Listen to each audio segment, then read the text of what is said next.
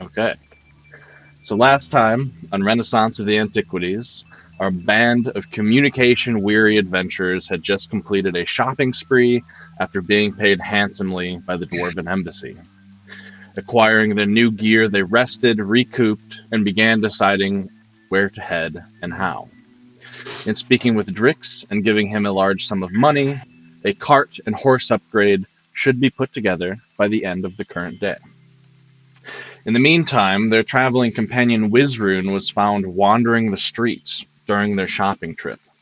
In stopping him from entering the sewers, he was confronted by RJ, and news of his duty came to light. Wizrune was to deliver a letter of unknown contents to a spire in the center of opportunity, a forbidden place. Only upon offering some help, both unintentionally and offered, was RJ able to sway the half-elf from a possible rash decision.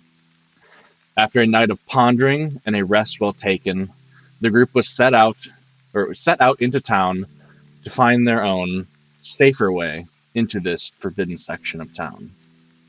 Avoiding guards and following up upon a discovery of Wizrunes led the group to a garden in the back of one of the districts, where upon imbuing some of his power into a section of magical wall itself, allowed a passage to open and cross into the section. Wanting to help his friend, RJ and companions followed him in, where they were quickly taken aback by the change in atmosphere. A stark difference from the colorful and well-kept quarter, Mind's Peace. These new streets held only dark grays and lifeless corridors. A long, abandoned section of the city lay here in ruins before them, while twisted buildings slowly towered overhead as they began traveling towards the heart of the city. Quickly, the presence of undead was found aimlessly wandering these empty halls, but did not dissuade our heroes. They pressed on quietly, avoiding their detection, and made it to the central spire of town.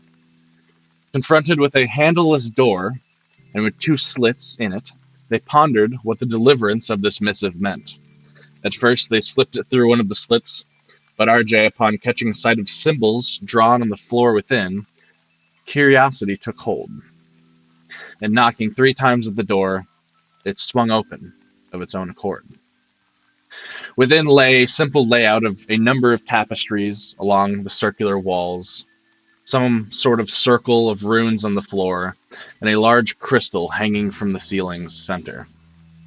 Examining the runes led to the discovery by Tawin that it is magical and capable of transporting those who enter it into some long distance away. Testing this theory, they activated the circle, taking all those present within the room, even outside the circle, to some new location in a blinding flash of light. Peering out of the door, they now found themselves coming out of a cottage along a coast. A castle could be seen many miles down the cliffside, the cliff-covered coast, and the warm summer air stung with a sudden taste of salt, as they found themselves on the edge of some large body of water. Deciding not to press their luck, our band turned heel and reactivated the circle, leaving only the letter behind under a rock outside of the cottage. Returning to opportunity from wherever it was they just were, the undead had been lured near the door through their noise of the tower, but through a quick and calculated team effort, they knocked their clawing forms back and made a run for it. Sprinting through the streets, Tawin led the group back towards the wall where they came from, where Nithyrn had made markings in chalk along it. However, in their haste, many of the zombies that seemed to roam this section of town begun forming a horde slowly pursuing the fleeing companions. We pick up here, as the group of you, after running for some time, leaving the bulk of the horde far behind you, stopped to throw a few alchemists' fire down random alleys in hopes of distraction. This, however, seems to have alerted something else entirely. There's a small black silver metallic mirror-like orb hovering through the air, whips around the corner near where one of the fires was thrown, and starts heading straight towards you.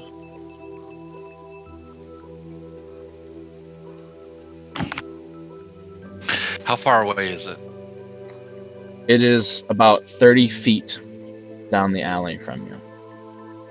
Coming directly to us. And how much further do we think we have to go?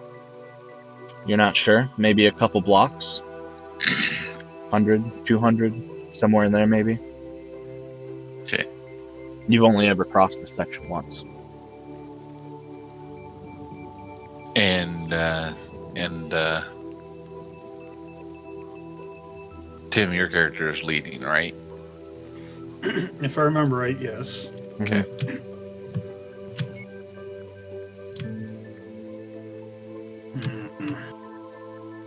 Dithia aren't just motions. Agreed. We should run. Move. Everyone. Oh wait, we're actually with everyone speaking Elven. Right. Yep. Let's move. I'm sure those whatever they were are still behind us somewhere. Let's get out of this place. Okay. So instead of engaging with whatever this thing is, you guys continue to press onwards down the road, hoping to outrun it. Yes.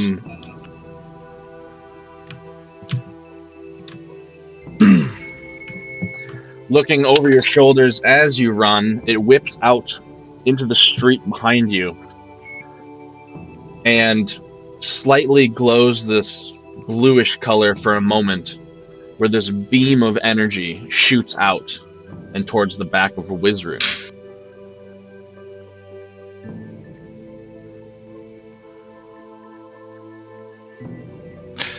Does it appear to damage him or do something to him, or? Well, it does hit.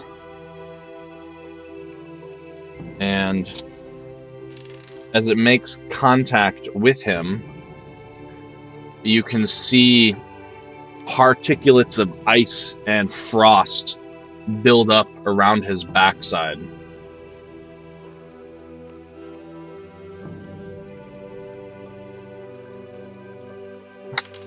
Guess it's initiative, huh?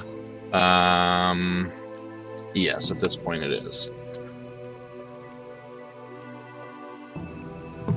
All right, sounds good. 1 sec before you roll.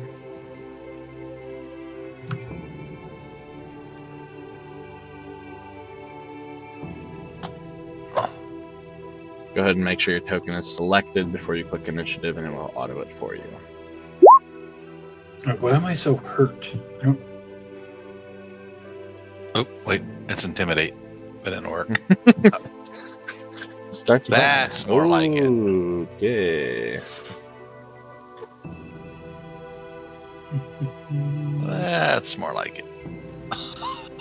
Oh, and Yeah. how come I still have a question mark there? Can you change it so it's not a question mark anymore?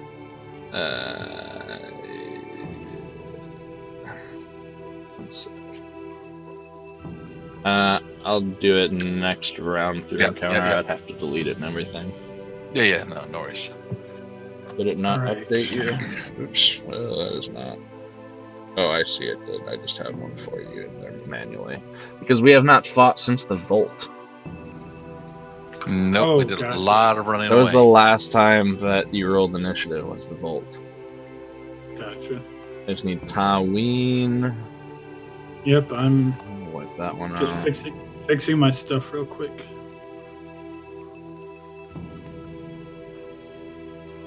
Also, you were still probably so damaged because you were still recovering from the duel and everything. No, he should have healed up from that. Oh, yeah, true. Yeah, it's been enough time since then. We're talking. Yep. I would have at least. Everybody should be at full health. I don't think we took any hits anywhere.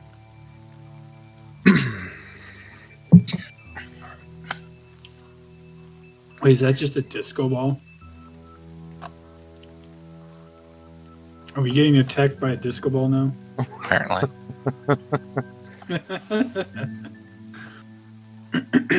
Oh, boy. Okay, hold on. Everything's on the wrong scale. God damn it, did none of us have a good roll? Well, I mean, 2, that's good for me. Yeah, I got 11. That's pretty decent, right?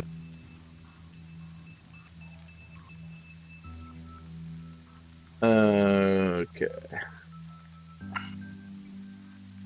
I haven't scaled any of Discord around this this page since my screen changed. So I'm just move crap around slightly here. Upscale for the images, but whatever. The map's there, which is what I want. Okay.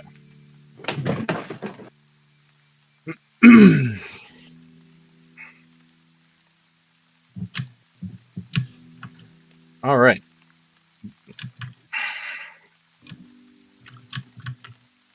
So, surprisingly, rolling highest. Zombies in the nearby area. I haven't quite. Well, you did just shout.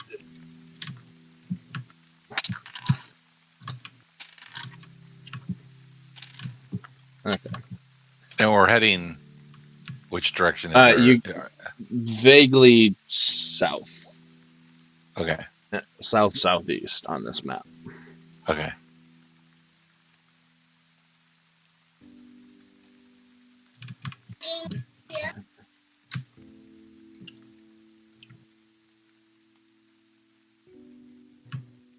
So from around some of the corridors and corners, you see a couple of these undead husks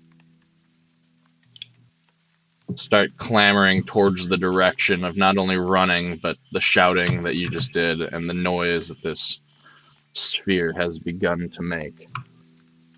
For on its turn, comes out into the hall itself, shooting at Reginald this time. I'm pretty sure 19 hits your defense.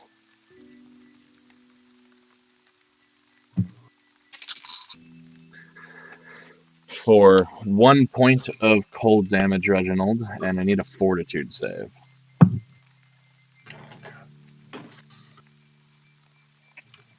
Okay. Reggie's always rolling. And this sphere begins to emit this whining sound. There's just growing.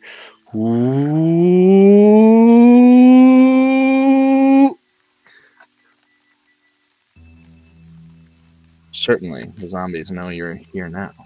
Reginald, it is your turn.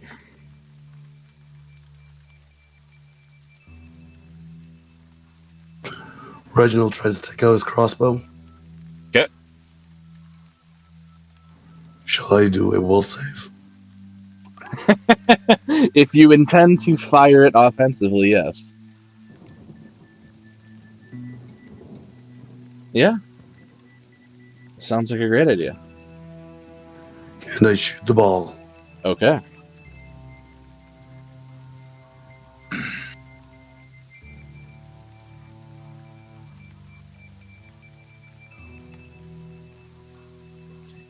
That's weird.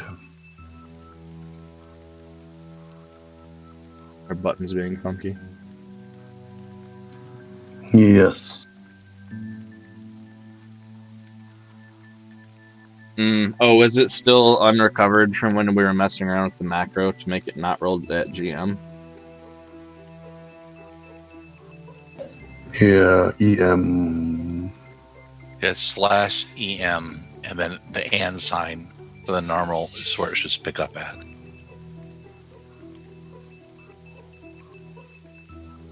There it is. That flies high and wide, hitting the wall of one of those buildings off in the distance behind.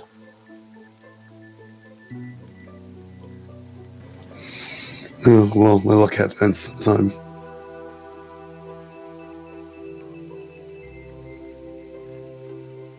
Are you doing any movement? I am not. Okay. Wizrune. Is that right? Because you got Taween at 5.02 and Wizard at 5 for some reason. Oh, yes, you're right.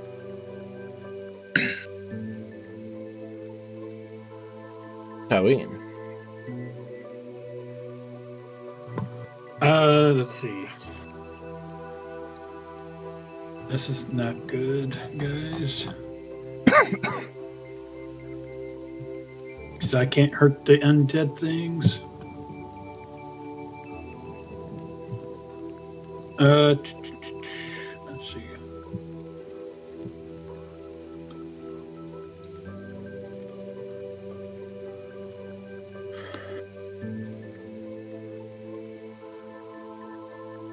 Let me look at my weapons.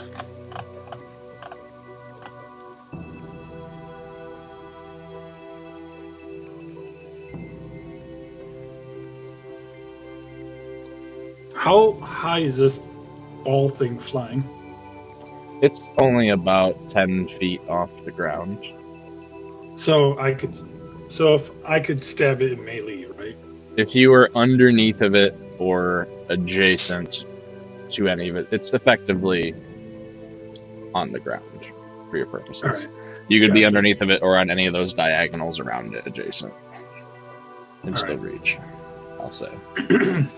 So it's more like 7.5 feet or so off the ground. It's not hovering too far off. Tyween would look at. Is it safe to say that I know the undead things are coming? Do I have like? Do you have vision? Can you see the field around you? Yeah. So you can already see the two over here. Yeah. And the one right here. So yeah, you're pretty aware. You can kind of hear them shambling and clunking into things as they started to move towards the noise. Guys, I can't fight that. Whatever these things are, the undead seem to not take any damage from me.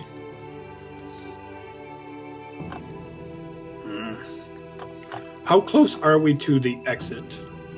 From your estimate, about 100 or so feet, a couple blocks.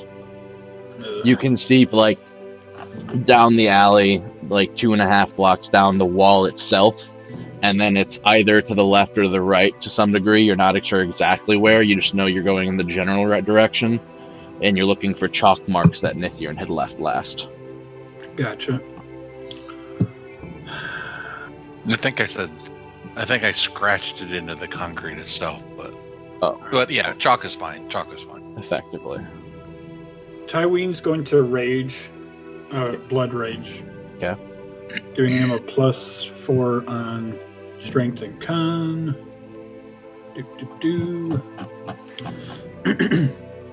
As he says, I'll take orb thing out. I'm going to take the orb thing out. You guys try to fight the undead. I can't do anything to them. Enhance. 1, 2, 3, 4.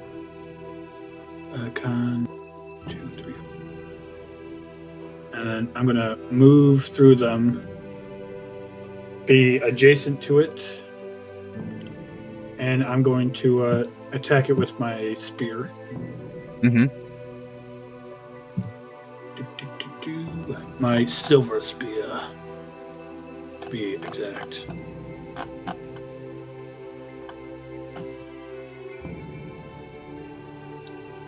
Where is my fucking attacks?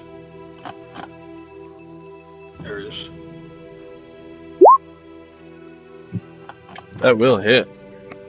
Yeah, that's a 21 and a 9 damage.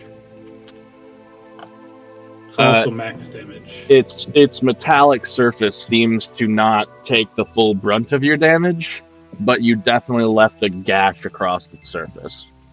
And it kind of teeters in the air and regains its hold. Gotcha. That will be Tyween's turn. Wizrun,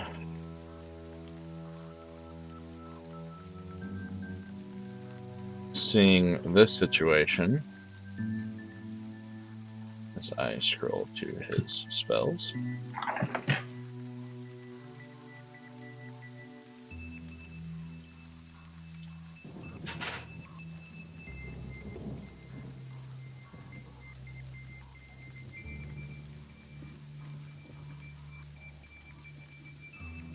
moves up in front of Reginald and waving his hands in front of him, speaking some of these arcane words you heard him speak before, releases it out towards that singular zombie off over in this direction, which I don't know if everybody can see, but to your guys' left. And I'm just gonna. That's right. I'm rolling Wizard out in the open because he's like a character right now.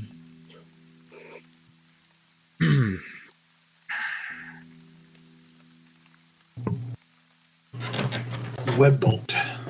Indeed.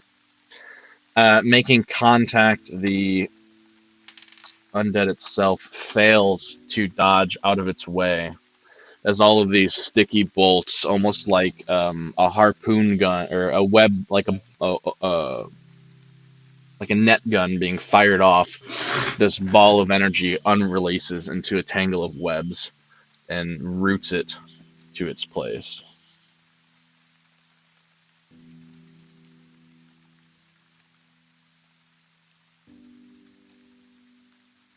All right, so he's entangled.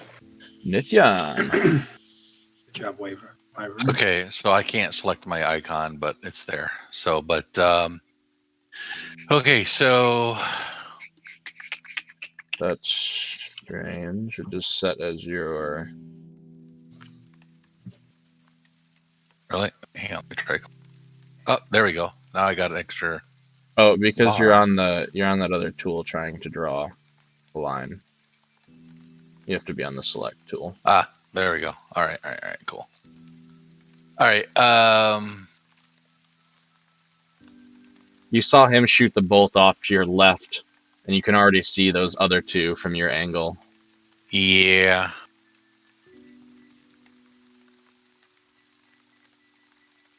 I'm trying to think what she thinks is the bigger danger right now.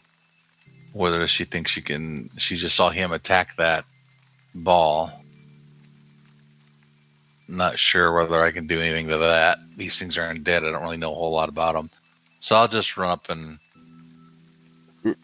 Recall last time you guys did find out that they are pretty resistant to most forms of normal weapon, except for slashing. You did confirm that at some point. Yep, that's what I was remembering. So I'm going to Flurry of Blows. Wave Blade. First one. Oh boy, natural 20. It will roll its check and fail, so that is a critical hit. Excellent. How much is that with the crit damage? 8? Yep. It is still standing, but you nearly take one of its arms entirely off. It's just hanging by a few threads. And that's a 9. That will just barely not make contact. Okay. Just missed for some reason. And then...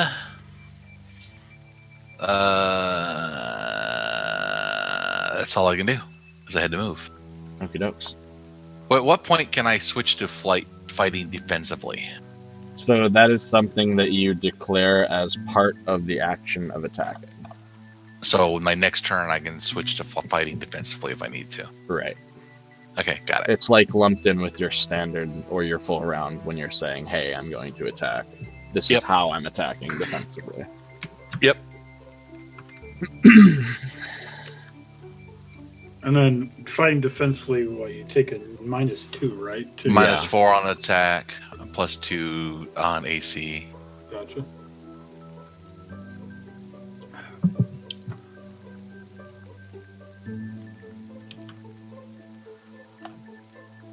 Okay, this one's going to roll its reflex save and fails. This one is just sitting here struggling with the bonds that hold it. The one directly in front of you, Nithirn, just kind of lazily raises its other still attached arm and tries to swipe across your body, but only rolls a 9. I duck out of the way. And that one just kind of steps up, and that's all it does. as it shambles up next to you. And a couple of you might start seeing other things. The sphere. No, why do I keep double clicking it? Double click that.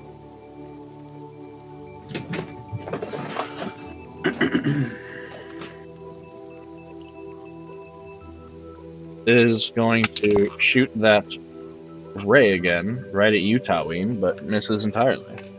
All right. What type of damage is that ray thing doing, anyways? From when it hit Wizrun, it looked like it was doing some sort of frost or cold. All right. As you saw, you see a little bit of ice build up on his back as you guys ran past each other. No problem.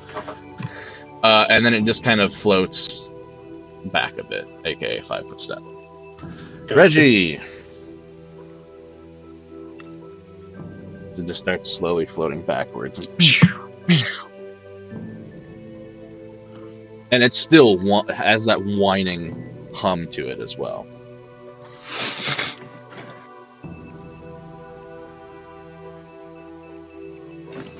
Reggie's throwing a bomb at it.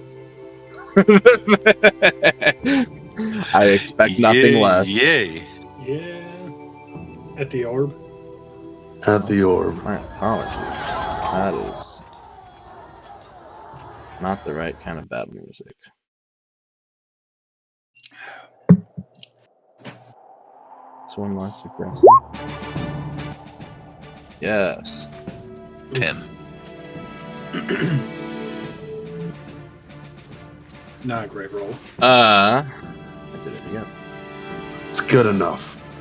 Is not. It just whoom, and dodges right out of the way of the bomb. It's a That's bomb. nice. Where did the bomb land? As it explodes. Well, it's also 10 feet in the air, so regardless of where it lands. No, you should. Oh yeah, no, it splashes upwards still. Still splashed. Yep. That's a 10. Yep. Go ahead and roll your D8, whatever it is you roll. 1 being the thing nearest you, most directly, and then clockwise from there. 4. 1, 2, 3, 4. So it lands. Oh, so. It's either there or there, depending if you did it that way. 1, 2, 3. So this 4. square is the most direct toward him. Right, So that's 1, 2, 3, and then it goes like a clock. like 1, 2, 3, 4. Its reflex save is 16. Alright, takes half damage How much is that? of min. Half damage of min. Yeah, what's your minimum? So it takes 2 damage, 2 fire damage. Okay. You see some of the flames still lick up and hit the bottom side of it. You actually see that some of the metallic coating on its bottom side somewhat cracked. You don't like fire. Anything else for you, RJ? I move there. Excellent. And I forgot, but don't worry about it this time. The will save for the bombs next up. Damn it. I forgot too, so no worries. Taween. All right. With the thing moving backwards and seeing that zombie getting closer, Tyween would... What type of bonus, Mike? I'm getting a 2 bonus for that, 3 bonus for that. Tyween's going to get out one of his javelins. Or no, that... I can't change. I forget. What is a changing weapon? If you have a BAB of at least +1, it's as part of your move. Okay. Gotcha. Or your move action if you're not moving. Either one. I will not be moving, but I will change from my spear to my javelin. Mm-hmm. And chuck a javelin at the sphere. Okay. As I don't want to follow it because there's the fucking zombie things coming. And I don't want to get surrounded. At least that's my idea right now. So I will chuck a javelin at it. Missing.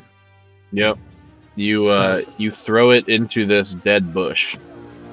Oh, he threw that bad. Wow. Yeah, I rolled a 4 plus my 4, which is a... Okay. Wizrin. Do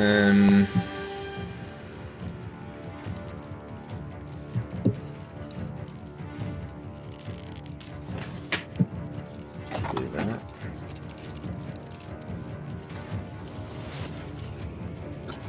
I'll be right back. Okay.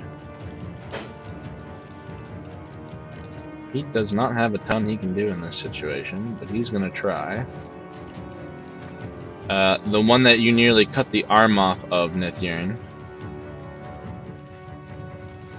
as he fires his own ray of cold out toward it. This ray that Wizrin just shoots looks very similar to the ray that the sphere is shooting. Okay.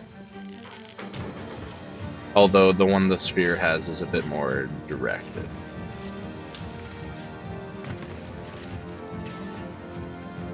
And that will hit, and it will deal maximum damage. And he just kind of steps back to stay on the side of Regiment. Nithyrn. Alright, the one that he hit still standing? Barely.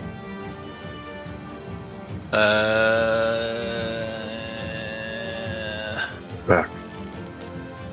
Let's go ahead and take one off the field if we can. So, flurry of blows. Hang on, let me think about this. No, I'm just gonna go for it. 9, miss again. Barely. You barely miss.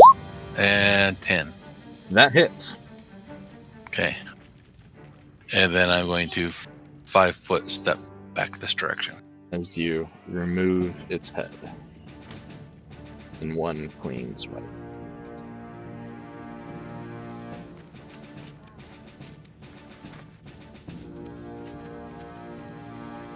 They move and does nothing else. This one still struggles with its webbing.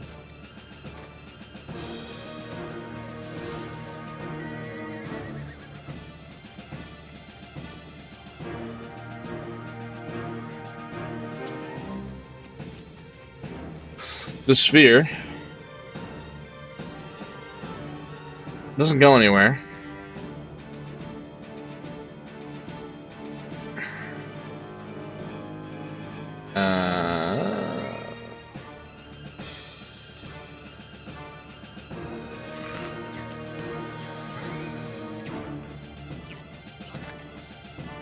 And shoots out its ray again at Taween.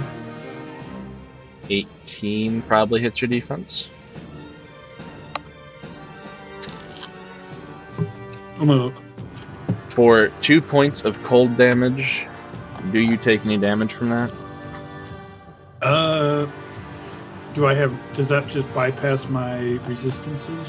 Your DR. If you have any cold resistance, it does. Oh yeah. Let me look. All right. So right now my defense is 15 by the way. Yep. So it made contact. You made contact. Do I have? Cold I can't resistance? recall if you had cold DR or not, or you just imbue your thing with cold damage. Right now I imbue that. Let me double check because I know at some point I do. I don't know if I have it right now. Though. I don't think I do. Let me double check. I'm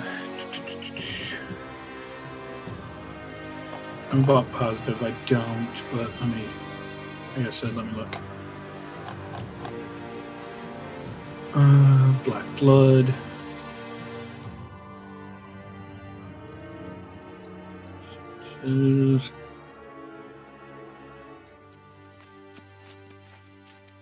No, I do not get that until 8th level. Okay.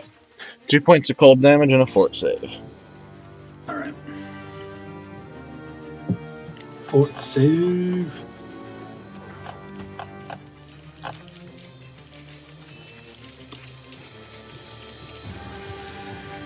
Oh my god. This is not a charm effect. Taween. I swear, fort saves are going to be just the death of my characters. You find as this frost hits you and spreads across your chest, while it doesn't seem to physically deal much damage, it seems to take hold of you in a much deeper sense for a moment. And for one round, you are paralyzed. You cannot move, speak, or take any physical action. You are rooted to the spot, frozen and helpless. You cannot even move your limbs. As it hits you, and this wave of just utter fear crosses your mind. It's fear or cold? It's a paralysis effect, but I'm flavoring it as fear. Okay, got it. Is why he's paralyzed. Yeah. It is not a fear effect. I was about to say I get +2 on fear effects. I do when I'm blood raging.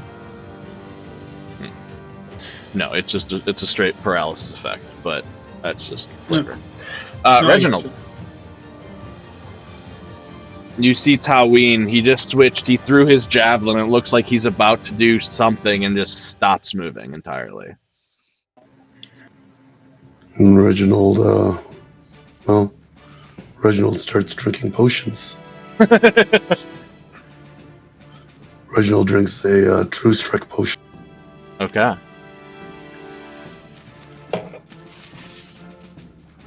And can I ready an action? You use your standard to drink potion, right? Or is that your move? Yeah. So you can ready a move action. No, because it's a standard action to ready something. So no, you can move. Oh, right. Then, nope. Then I'm just waiting. Okay. Taween, this is the round you're paralyzed. After a few moments, your senses come back to you. Wizrun fires. Nope. Click the button for him. Another bolt at one of the ones near Nithurn. Just barely missing. And he steps another step down, which brings it to you, Nithurn. Okay. Flurry of blows. Wave blade. Bam. Bam. 10 to total. Oh yeah. You slash right across it. It is barely standing still. And to As it describe how wavers. so she does it. I mean, it's like swift moves her. She's spinning around. Her arms swing down. Boom, crossed her. She does a complete spin around and just goes back and swaps it again on the other direction. And then roll steps that direction.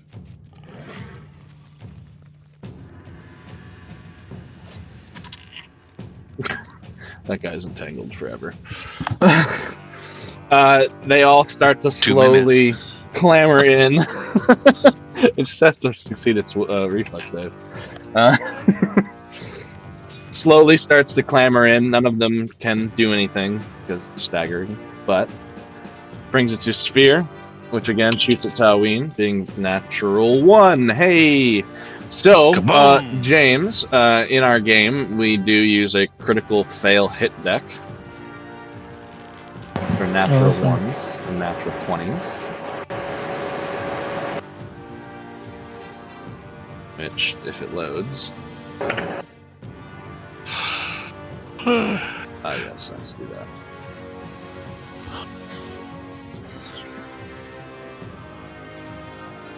Magic critical fail. Nope, that's a fumble. That doesn't apply to it. That doesn't apply to it. Excellent. So it gets something called Caster's Block, and it cannot do that ability for 24 hours. Oh, wow.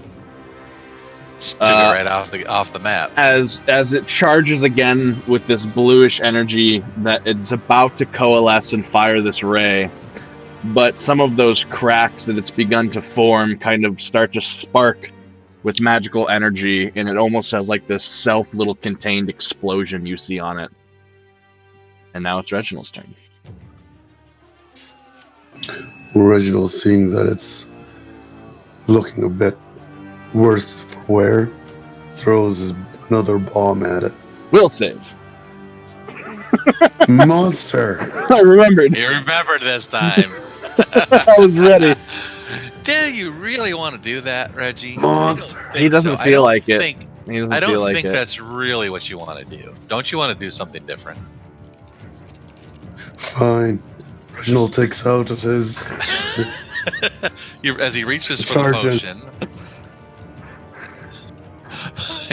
What as does he it- reaches for the potion, What does it take the form of as you draw it? a short sword. Okay. I love it. I love it. That's an awesome. Actually, it takes the form... takes the form of Noth's sword. Of what? Takes the form of Noth's sword. Notch sword? Yeah. Okay. Yep. Roll Same your size, attack too. roll. Okay. Same size too, but Okay. Yep. So this medium-sized falchion in this small creature's hand appears. Hit it. plus 20. Yeah, It's a true strike. it's plus 20. You didn't roll an at one on. I mean, that was a strength check, but it's fine. The d20 didn't roll a 1, so that hits. I have to roll a d20. 2d4 plus 3 because your strength is. Or wait, no. Whatever your. 2d4 plus strength and a half.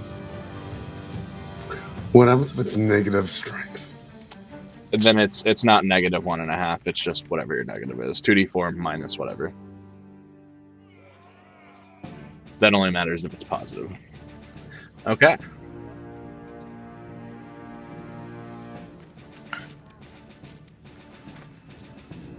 So yeah, Reggie just charges in with that. Now, I do believe that thing's considered a plus 1 weapon, right? Yes. Alright, so you can see as you make contact with it where Taween's spear kind of slid off of it, even though it made contact. You can see the slight flare of the magic of your sword glow as it seems to cut through whatever defense it may have had and seems to have been a full contact hit.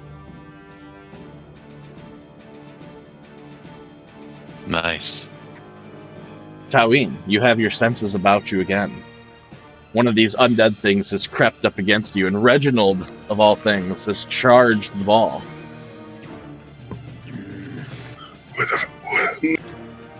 With a sword. A very oversized sword. Tywin still knows he can't do anything to the undead creatures.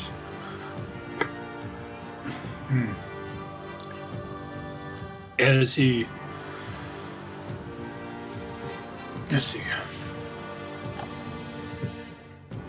That one's entangled, that one's...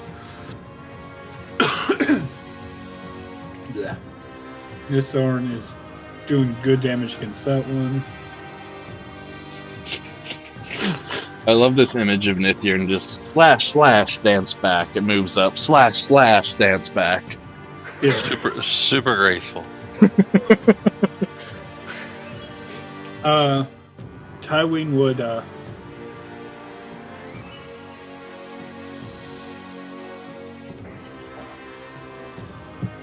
oh, wait. I think you forgot something as well.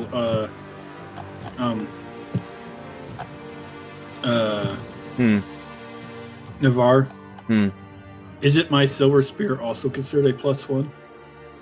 I believe it's just masterwork. You're I right. think It's masterwork, it's just masterwork. You're right. That's what I was thinking. So you guys That still wanted gives- to buy a plus. Well, you couldn't find a +1 weapon, but if you did buy, it would have been Yeah. like most of your guys' gold. But no, yours is just masterwork, so it's not technically magic. But if anything had DR silver, it would bypass that because of the material type. Yeah. Not wanting. Tywin's going to take a 5-foot step and attack the orb thing again with his spear. As he also tries to make it so the zombies can't go too much further at the same time. Is his idea, at least. And then attack. As a 15. The spear itself. Yeah, the spear. The sphere. Yeah. Yes, that does make contact. 7 piercing damage. Okay. As you do hit, it still somehow just glides off of its round form, seemingly not doing a full impact.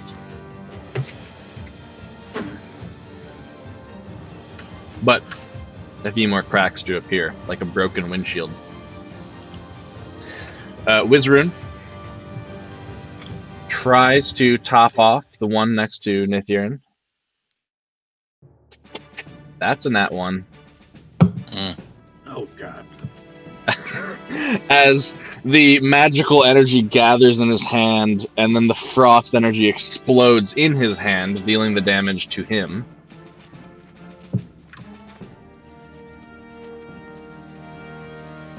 Nithirn. Okay, that one's still right in front of me there. Yes. Okay, first hit for our blows, of course. First hit.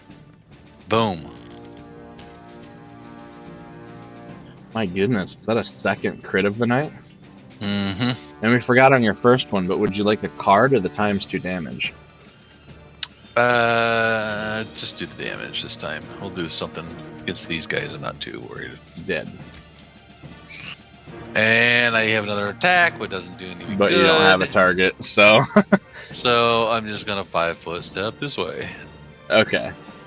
Kind of stepping backwards and turning around, you do see the other two, the one enclosing on Tawin as the other two. Oh wait, off so to I your could left, move. right? I could move, couldn't Yeah, I? you can do a full move if you want. Because I just You attacked. only, you so only did one attack. Yeah, I'll full move right there. Okay. Let's see if he escapes his webbing. He does not.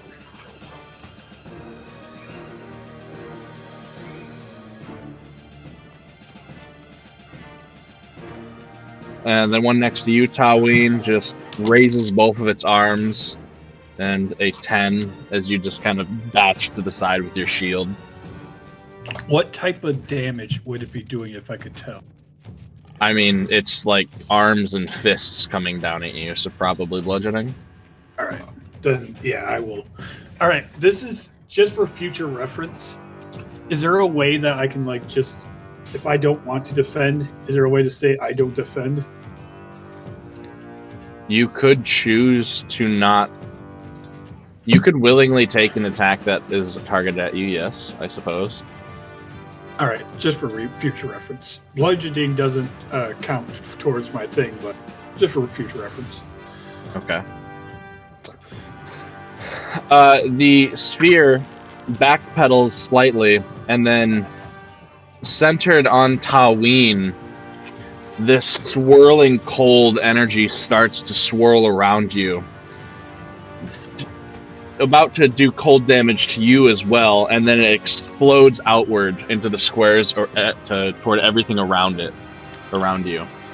So Tawin and Reginald, I need you both to make fortitude saves. The zombies too, then. Yeah, they as well.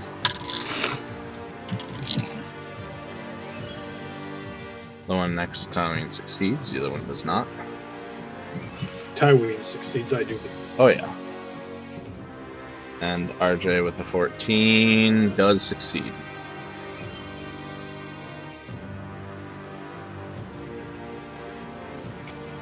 So, because you guys succeeded, you do not become staggered. The one zombie's already staggered, so it's irrelevant. However, you both do take 7 points of cold damage.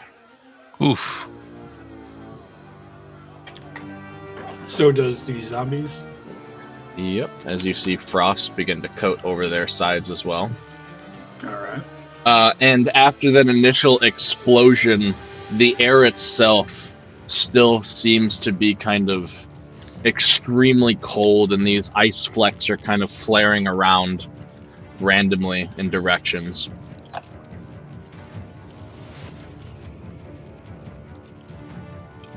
Reginald.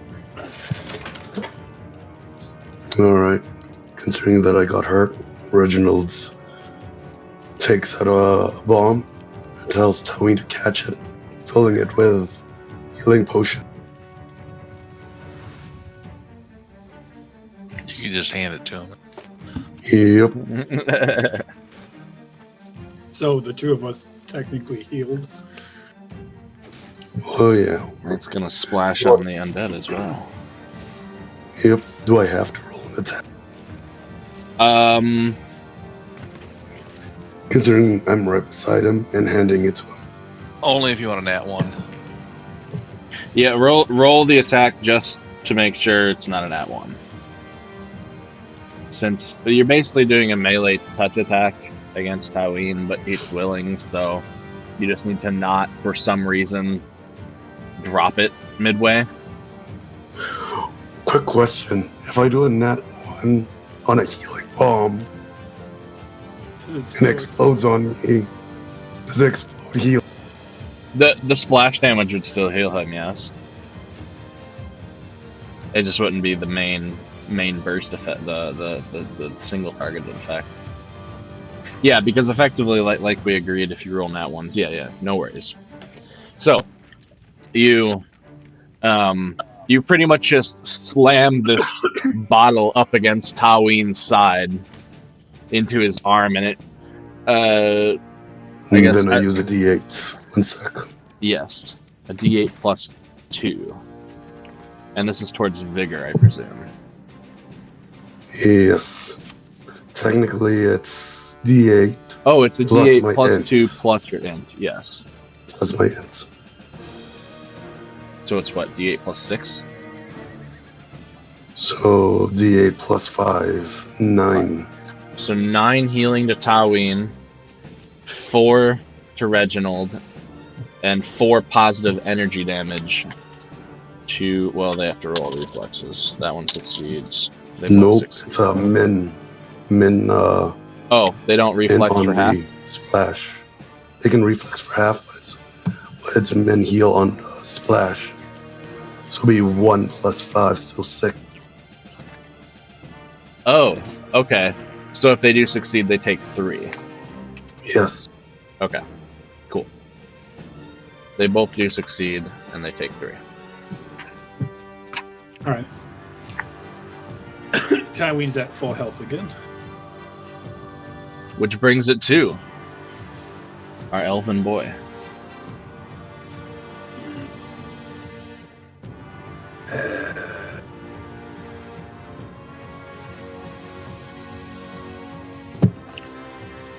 You can't really do much against these fuckers.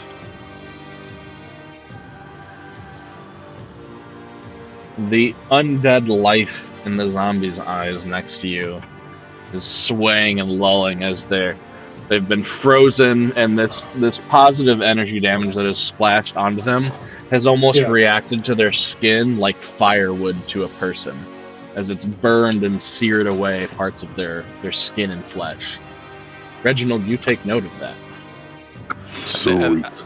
I think I would have noticed it too. I was standing right there. You're right there.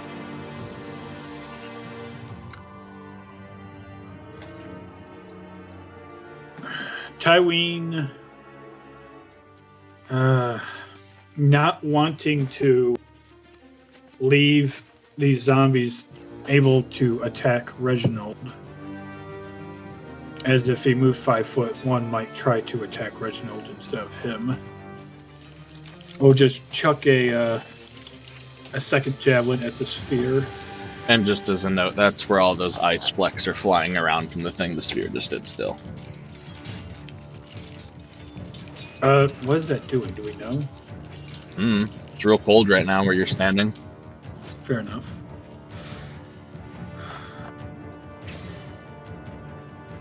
I'm chucking a javelin at the sphere. Missing. Fuck. I cannot hit the You damn throw thing it with into the the side of this building. No movement? No, I'm staying right there. I want to be a shield for Reginald. Wizrun backpedals and shooting at the one to the left of Taween. He again tries to release cold energy from his hand, making contact, and the cold beam just beams him right between the eyes, and he collapses to the ground. Mithir. Alright, so, okay, that one's gone. So one right in front of me. Roaring blows. Boom. Boom! With your first... And it dance-like moves. You go ahead. Oh, I was just going to say with your first strike you drop it, but... Yeah, that's fine. But then she continues on just for fun and does another one and just kind of flings it about 5 foot. Sure. And she sees more coming, so she will... Yeah, you see like one more rounding the corner over here, and the one so still struggling with web. So she will step to there. Okay. It continues to struggle with web. As this one walks around the corner and stands staring at you longingly, with a hungry look in its eyes. As the sphere, on the top of its turn, the second part of that effect triggers, and everyone in that zone takes 5 points of cold damage, but you get to make fort saves to half of that. Alright. As all of the little ice flecks that were kind of floating about and scattered throughout the air from that initial explosion all have their own smaller secondary explosions before... so you take 2 points of damage. And it's just pure cold damage, like atmosphere damage? No. It's like magical cold type damage. Okay, got it. And after the second explosion of all the smaller ice crystals, it kind of dissipates into a nice light snow on the ground that immediately begins melting. Both of you only take 2 damage from that, half damage. And the effect seems over. However, the sphere itself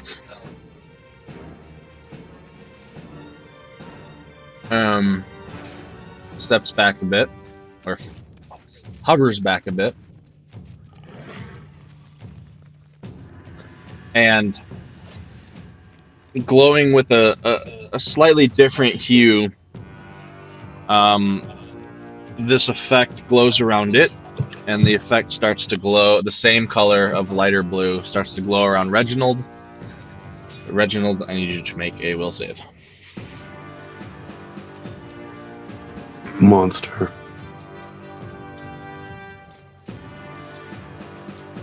It's not bad. You Second succeed. level. Should be okay. Which brings it to you, Reggie. Nothing happened? Nope. Alright. Another will save. This funny light glowed around you for a moment and then dissipated. Yeah? I throw my last bomb. Okay.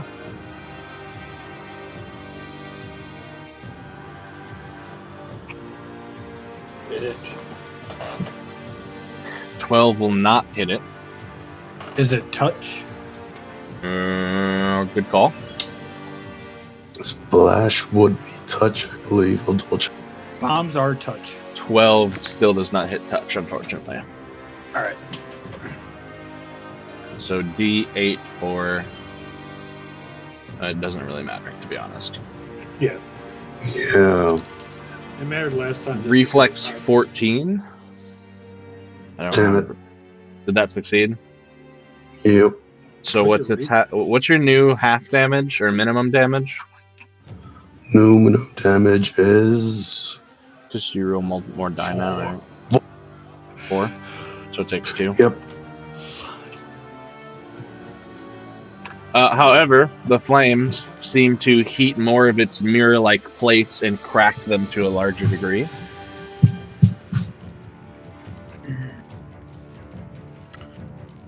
Choween. Tywin feeling better now that it seems like we have some control on the front.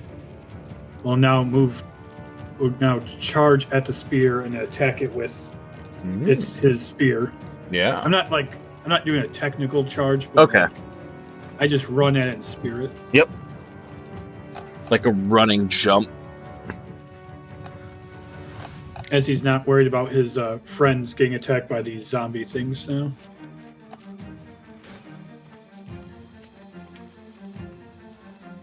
Oh yeah. Boom. And you make contact. And you make full contact. And you pierce right into it, crack it like a mirror. And the few plates that you hit shatter into 1,000 pieces as it is now stuck on the end of your spear like a giant weight, which drops your spear and your hand to the ground as it hits with a thud, cracking further but remaining more or less intact, unmoving. Is it? Oh, alright, it's dead. Nope, don't roll dice for this ring.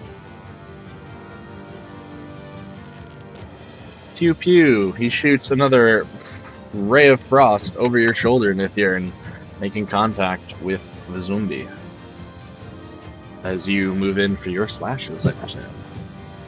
Yes, this one doesn't look very friendly, so smack 12. Mm-hmm. Smack 6, so 13 to 7 plus 6. As you, with 2 deft slashes, cut it down like you have others before it. But literally, as I was doing that, I leaped over the top of it at an angle. Is a move. This could be my part of my move while I attack, just for dramatic sake. Yeah. And fly and jump over the top of it and land on the other side, and, and then face off to the one in the net. That's it. So it was very dramatic. She's like, boom, and then while she's in air with her legs flying over the top, comes across it again, whacks it again, and then lands gracefully on the other side. Almost taking this appearance around the corner as a challenge, the one that has been entangled this whole time breaks free of its webbing and steps up. Anything for you, Reginald? Reginald starts moving. Okay. Move it, move it, move it. Anything for Tywin? I would like to, as I don't know how you want to rule this, but as like a move and my standard action, I would like to move my full distance while picking up my 2 javelins I've chucked. As my standard action would be picking up the javelins. You're probably able to grab one of them. All right, that's fine. I will grab the one that hit the wall. Yeah, the one nearby. The other one's off over here in the bushes somewhere. And I am wearing what type of armor? Wizrune is going to move out and around that corner. And poke it with its Ray of Frost as Nithirn. Are you finishing the show? Slash, slash. 10, yep. And it falls to the ground. Again, and again, as she kind of like, boom, and she ends up over here. For the immediate moment, everything within sight seems to have been defeated. However, you still do hear more starting to shamble out and towards you guys. And when Tywin did take down the sphere, it did stop its alarming call. But you're sure to know that that is to bring more of these things to the vicinity. But for now, the danger is spins her immediately wave out. blade, puts it away, and says,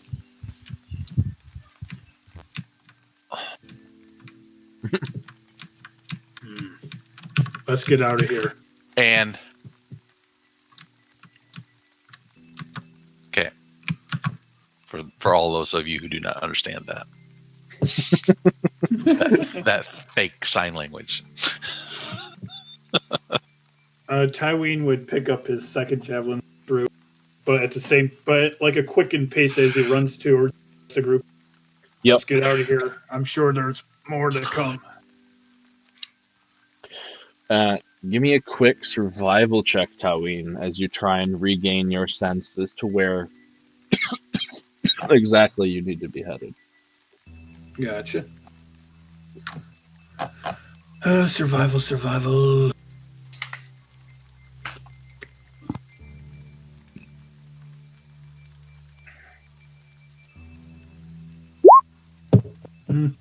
That's actually pretty bad. Not great. It's not the greatest, but you get to the wall, the outer wall itself, and after a couple of minutes and some dodging and quick little sprints away from a couple packs of these undead that have seemed to collected in this area at this point, although it's only because they're moving toward the scene you guys just came from, you eventually come across the scratch marks that Nithirn has left behind.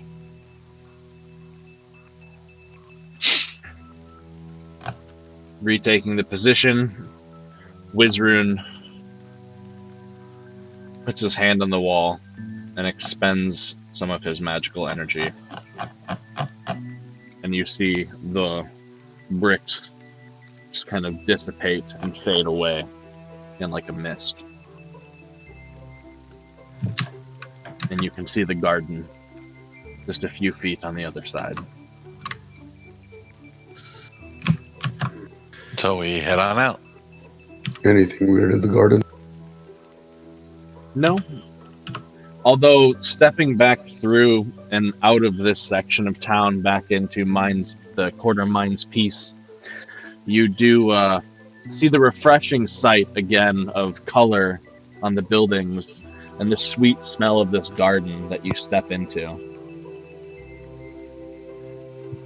And the sound of people and life and birds.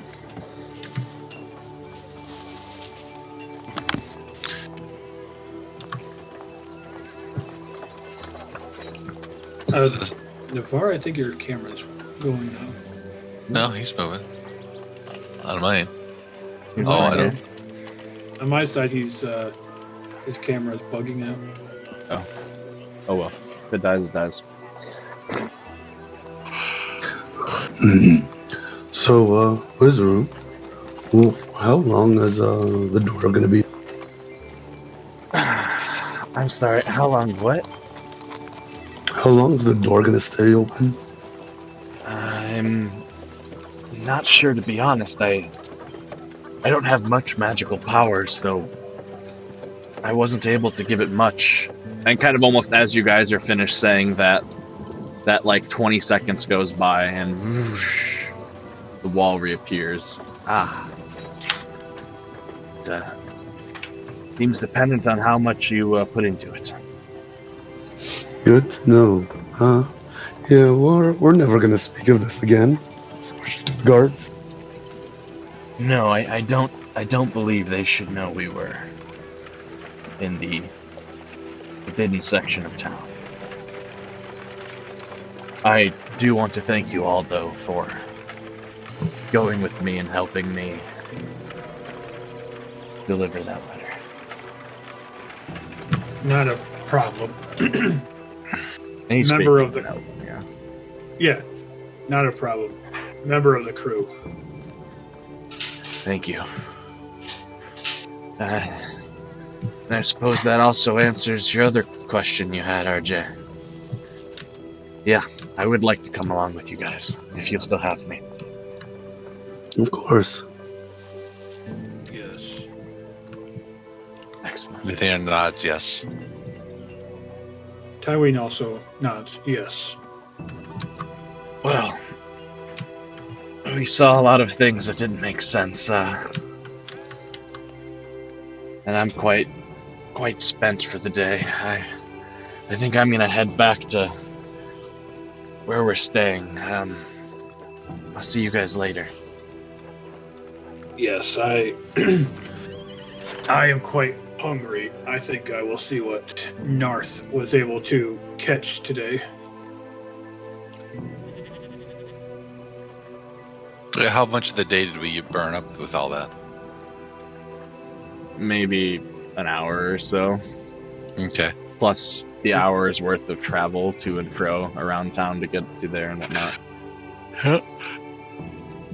So not that Okay. much time. No. No, but I am spent on everything. Yeah, what Tywin is true. He just wants to go back to the camp that him and Narth has made outside of the city.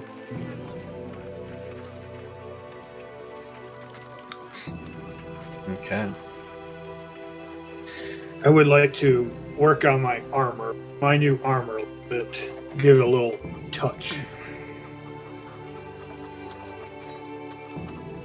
If we have nothing else pressing. When do we plan on leaving the city again? Well, Drex said that we should be able to leave tomorrow. He should have gotten all the stuff we needed. Alright. Does anyone else feel like they need anything? I feel like our shopping expenditure yesterday took care of the necessary items.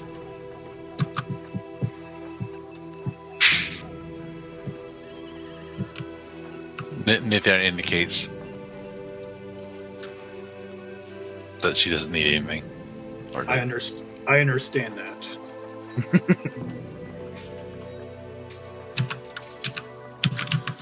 I say we rest for the rest of the day and have a sleep and try to leave in the morning. Sounds good. I could use a good rest after that.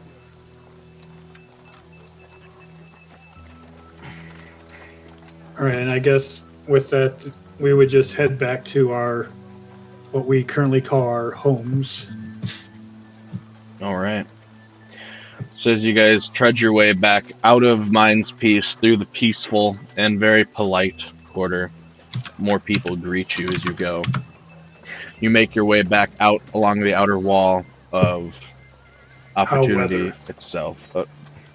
Very good. How's the weather for you today? To your liking? A little chilly. Yes. Well, gives a wonderful opportunity to wear our lovely coats like this. his Yes. laugh. I'm sorry, but I Yeah. can't.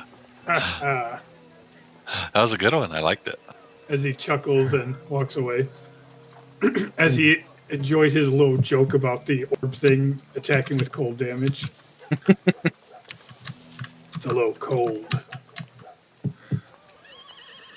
And then I don't know about you guys, but Tywin would go back to the encampment that he's made with and start working with his new arm as he takes the wolf pelts that they got from hunting to get here and kind of starts to like.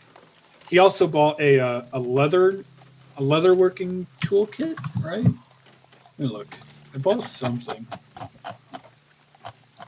No, I bought something. Let me look. My character sheet. Yeah, leather making tools. I guess he kind of tries to work with that a little, implement the fur of the wolf fur into his new armor. Mm-hmm. Kind of just like doing a little like just a little flair, as he kind of likes the look of metal and fur together. That's pretty much how he spends most of his day. Okay. So you do some cosmetic touches and work on that. As you do get back to your little fishing outpost, you do see that under the bridge there, where your little encampment has been set up, Noth has a string with like 12 different fish lined up on it in various processes of being uh, treated and cured and dried and gutted, and you see one that's still wiggling on the line. He just looks up. Ah, friend, you returned. Yes, Narth. Good day for you, I see. Wonderful. Much Many fish. fish. Yes. I will help cook. Hmm. Maybe make stew again. Stew be good. Should dry some. We going on road. Need jerky. Fish Yes, jerky. Very I good. agree. I agree. I will help with the cooking. Excellent. Ah, don't have pot anymore. Little man took Still pot have back. pot. Oh, they still do? They still have the pot. I thought you grabbed it. Okay. Pot need washing. I'll I'll do that. Ah, You caught fish. mm. I clean. And he mixes in a few Orcish words in there as he continues to try and teach you. Yeah, And you Tywin, guys, go ahead. except Tywin tries his best to remember as the two try to gain a communication between the two of them.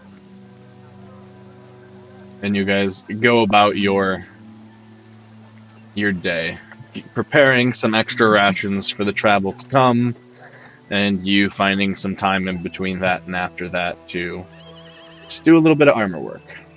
Yeah. Nithir and RJ, what do you guys get up to for the rest of the day? RJ starts working on his bombs again, considering that he used all of it during those fights. Mm-hmm. And besides that, he goes back to his room and probably takes a nap. He spent a bit of magic during that whole thing, and it's a bit more than he's used to. All right. So Nithiarn, of course, would follow him around because that's what she's been doing. But she's going to be spending a lot of time trying to teach him sign language. She's signing everything she sees and doing sign language and pointing to something, sign language and pointing to something, knowing that he's really smart and that she wants him to try to learn it. So you see him like pick up one of his jars, you pick it up, point at it, and then make a symbol, kind of Correct. thing. Everything. Just everything he touches, everything he looks at, everything he does. If I want, he'll obviously start figuring it out real quick, and I sign everything. I start using signs to tell her to give me certain things from my jar. Excellent. Yeah, you're retaining bits and pieces here and there. It'll take some time for sure, but some of the more simpler things are easy to remember.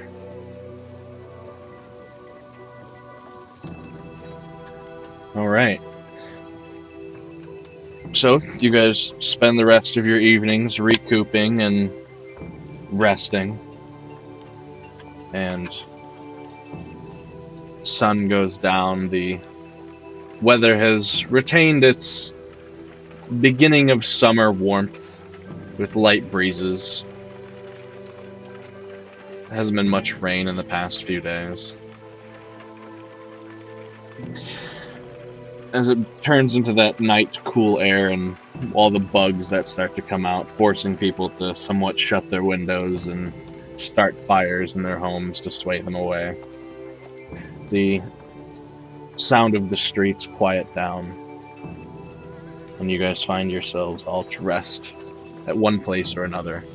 A couple of you in the inn with some of your other companions, and Noth and Taween on the outskirts of town in their little makeshift camp. Tywin at some point, as probably while they're cooking and while he's working on, tell Narth about the stories of what just happened today. Yeah. As he explains about these undead-looking things that he could not hurt with his spear, and then tells him about how Reginald uses a big old falchion like Narth. Little man, RJ, use big sword, like you. Take down orb. Shoot cold. You fill them in on your day, and eventually find your way to rest.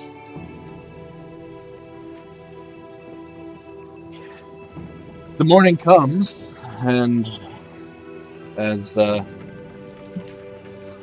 campsite begins to stir, you in the tavern also begin to stir, and RJ, on your door you hear a knock quite early in the morning. I open the door. You see it's Drix. He's come to you, and, well,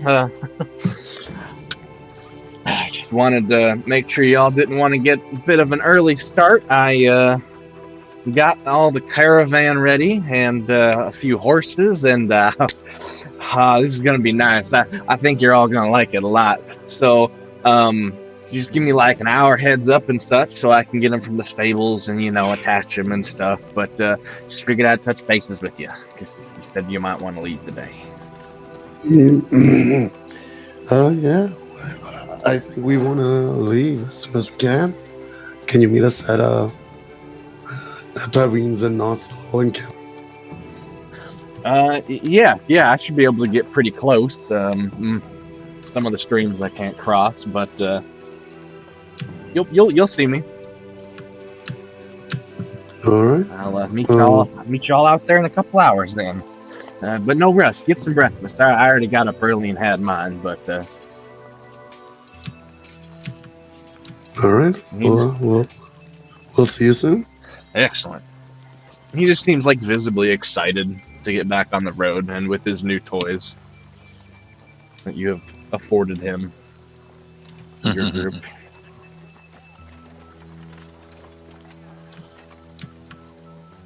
So the innkeep has its normal morning breakfast that it serves to its compatriots that stay, and you see Wizrune and Sin. They both are there as well. Kind of Sin's just lounging about near the fireplace. It's not lit, but there's a bit of a seating area in front of it that he's just hanging out at. He's got some sort of book that he's reading through.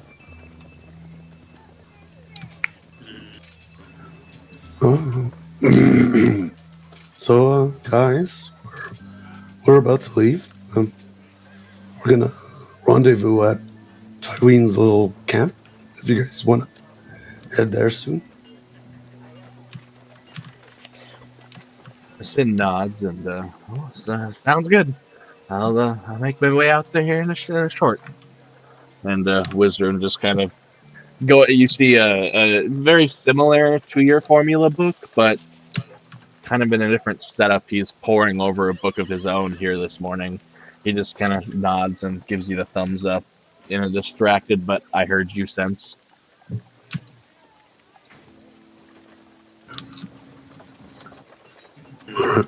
All right, and I get some food and start heading out. Yep. So everybody eats, and one by one, you guys start to trickle out of the. Yep. Nithiarn, of course, takes a few berries, a couple nuts, does some sort of something over the top of it, eats them one at a time, and is done.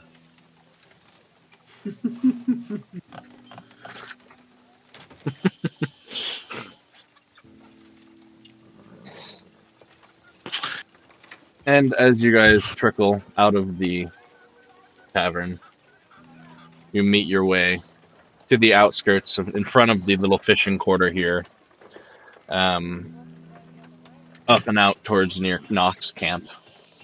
At some point, Taween and Knox, the two of you can hear the trudging of carts a couple of streams over, or this one cart with a couple of horses, and you see Drix riding it, and he just, hey!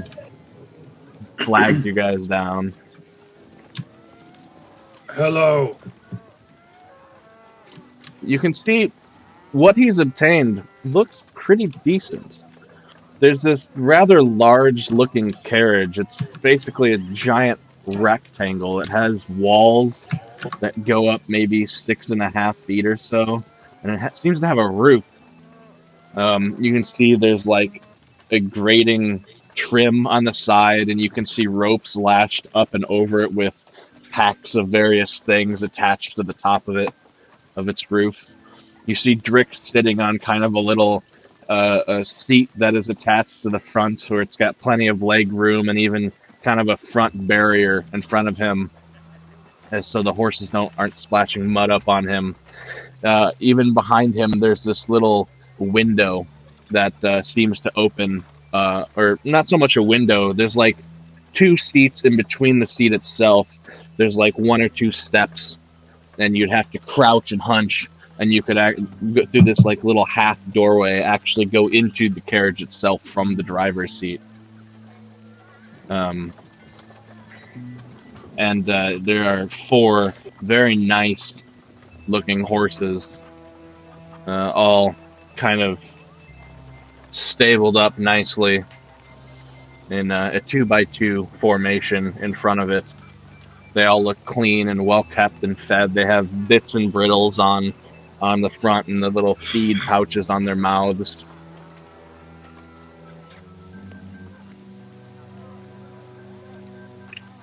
Nice cart, Drex. Yep, we're going to be traveling in style now. All of y'all can just get on the inside, and we can go full pony. Well, full horse. We don't got ponies no more. Sold them, used the 2 horses we got a couple more, sold off that dumb donkey. Dumb donkey. We are traveling large now. Nice. He says, you guys are the first ones to see it. Come on, get inside. Pick your spots.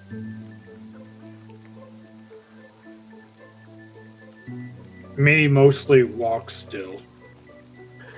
Well, you could, but I don't know that you'd be able to keep up real well with it. I think you'd run out of breath after a while. We got 4 horses pulling this. You're going to have to jog or damn near run to keep up with it. Room up front. Yeah, I've got a second seat up here.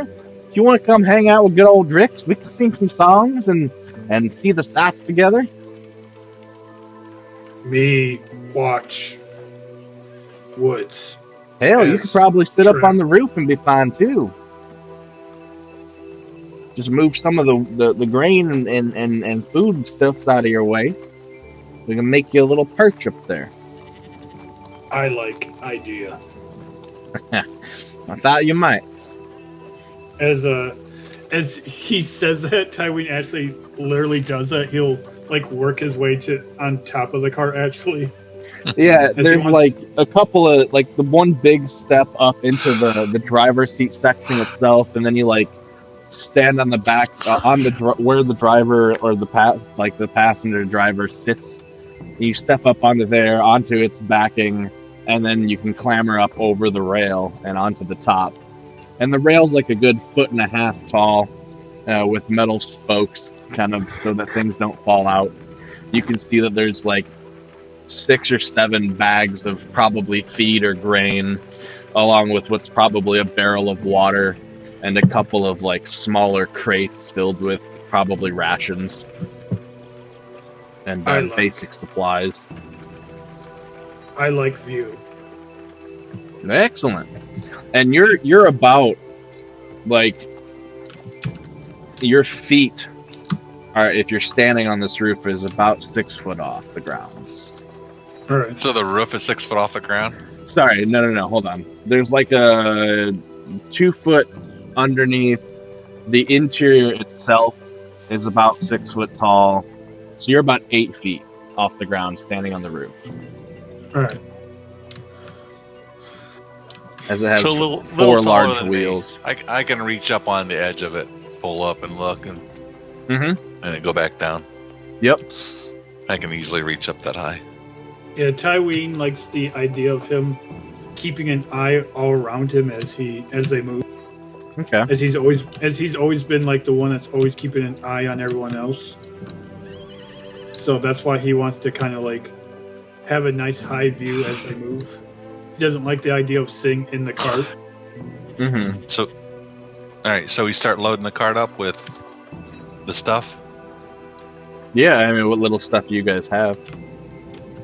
Drick seems to have already packed most of it up on top. Me and Narth start to pack our little camp together. We start to put away our camp and start putting it into the wagon. Yeah, and as the rest of you guys kind of filter up, and you see Noth and Taween loading up onto the caravan. Or the carriage, I guess is what it is. Okay. Nice cart. It's a very nice cart. As you approach RJ. Is the entrance on the back then, or on the sides, or how does it?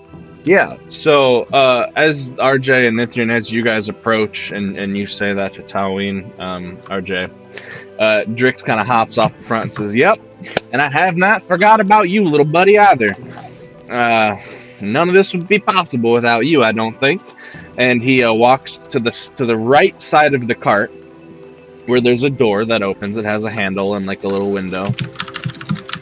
And he opens it, and then he grabs this little, like, it folds out on a hinged staircase. Oh, that's nice. And there's like 3 or 4 steps. That way you don't have to make the 2-foot jump up into the doorway. That's very nice. So RJ's climbing up the steps. Yep. And I just step up and have to duck way the hell down to try to get inside. On the interior, yeah, you're having to like hunch a foot over. It's a little short for you, but very spacious and comfortable for pretty much everyone else. And as you step into the interior, it's rather large in here, actually.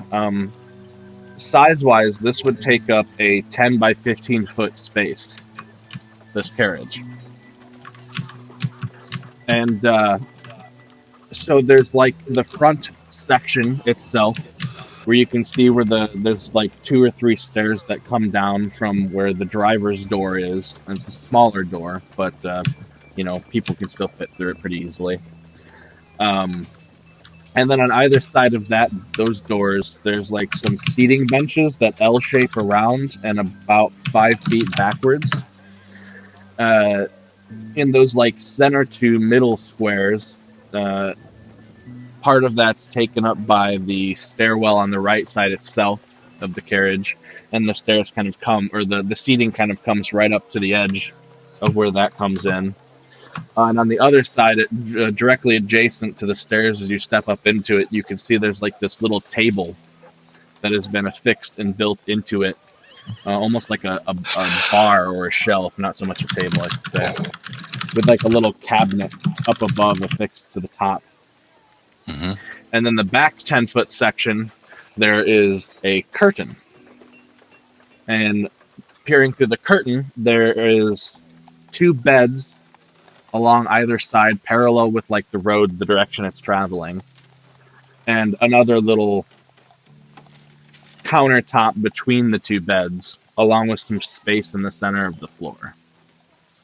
All in all, fairly spacious, It will hold everybody, and there's even some space for people to rest as you move, and plenty of seating. If you had to squeeze into here,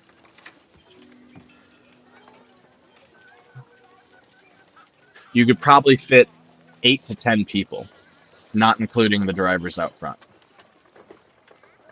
Nice. Maybe even more if you had a few stands. That's just seating availability.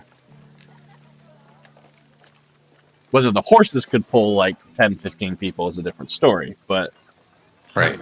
might need heavy horse upgrades eventually for that. But for what you have now, the 4 light horses can pull all of this. And at a decent pace. A little bit faster than walking pace.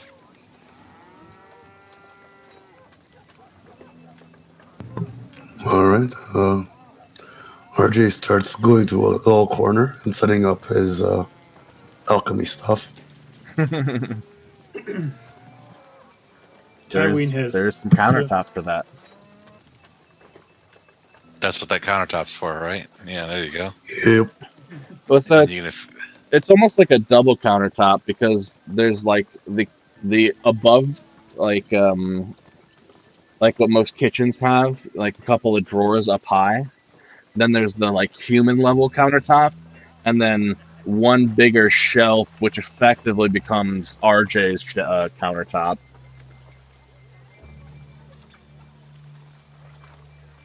Perfect. Tywin likes his little top. And thing there's, up on the roof. Yes. there's some leather cords and stuff to tie down anything that you put in and on the cabinets to make sure that they don't jostle too much. And in that cabinet space, there is a window, and in the very back center, there's a window as well. In addition to the door has a window. All of which have little wooden slats that can be closed on them. And little curtains. So like glass windows, like openings that can be closed. Yeah, right? it's just like an open window, and you can slide like a wooden panel to close it. Right. And or close curtains from the inside. Okay. A Drix touch. Yep. Got it. You gave him lots of extra money. Yes, I did. And he just kind of lets you all filter in, and he's just looking at the bottom of the steps, and he peeks in, and, well, what do y'all think? I like it. Yes. Excellent. Good. Well, you should all be pretty comfortable now as we're traveling. And, I thought about it because we had all them sick folk with us the first time. That's why I thought, a couple beds might be nice in case any of y'all get sick or hurt along the way before we find more folk. And, yeah. But the beds are only how long? I mean, they're like, they're a little over 5. They're 6. You'd have to scrunch up a bit, but for a normal person, it's, They're decent size, yeah. No, it's not like she would use a bed anyway, so.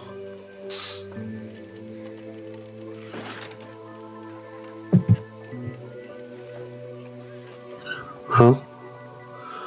Did you get all the, do you think we have enough rations and stuff to get to our next destination? Yep. So I did get a number of rations. There's a couple of crates up top. A number of feed bags up there for the horses and such. And got probably about a month's worth of rations for the lot of us.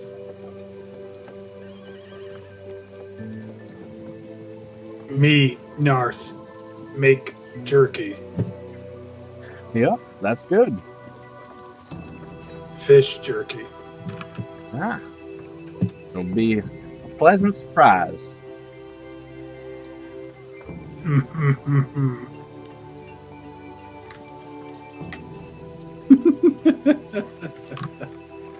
Well, whenever y'all are ready to go, just give me a heading and we'll be off. Well, how long do you think it'll take us to get to Balin? Balin. Uh, yeah, I know where Balin's at. That's just out to the east a few days. 3, 4. Might be there a little sooner with this. I'm not quite sure, but definitely less than a week. Half a week, even. Well, that's our next destination. All right.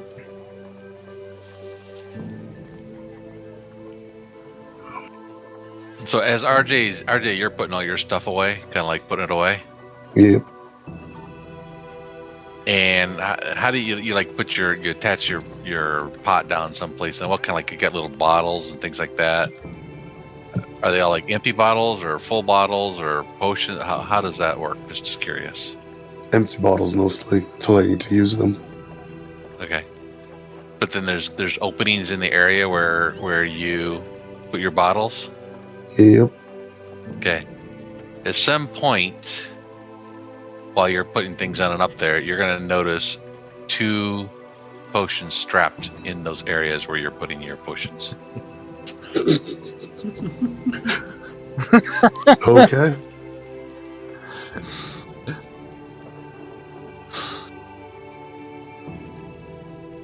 You obviously will know they're the ones that you gave me, or you gave somebody, and I just put them where you're putting your little bottles at. Yep, kind of figured. It's like, somebody's gonna need these soon. But let's go with that. Let's wait till we're traveling. I got something else I'm gonna add as we travel.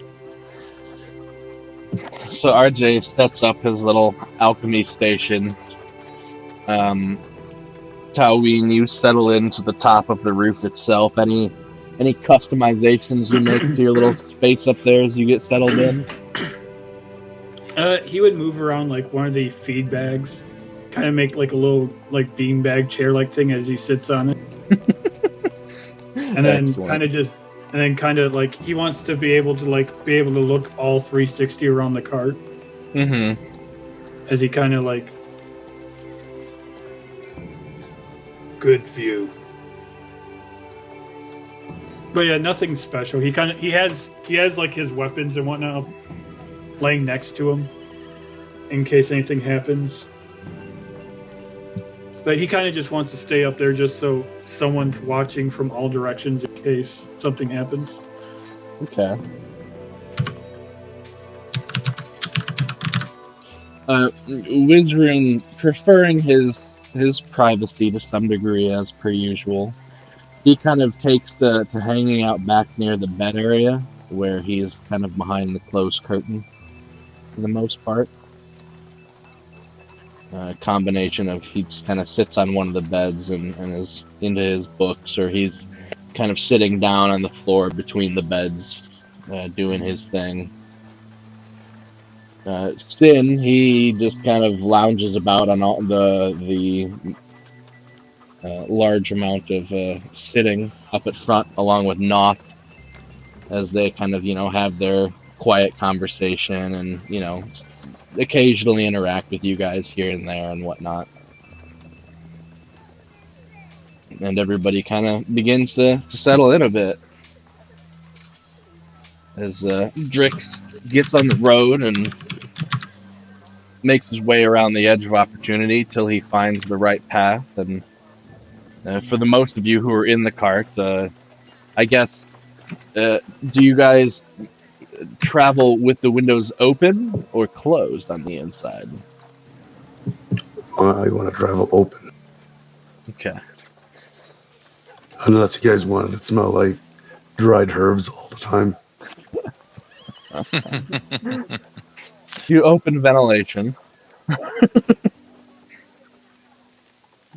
And so occasionally you catch glimpses of, crops and farmland and the few trees you go by in little patches as you begin to move your way across the plains itself. Oh, and I set up the compass in the middle of the care of the cart right now. And just start spinning it every so often. So, to note that, I have this for you. Ooh, cool. It is not something Great. you will want to spend consistently. Okay. At least once a day, then. 20. It only has 20 usages. We know that. Oh, really? Never For mind. yes, for player's sake, you know that.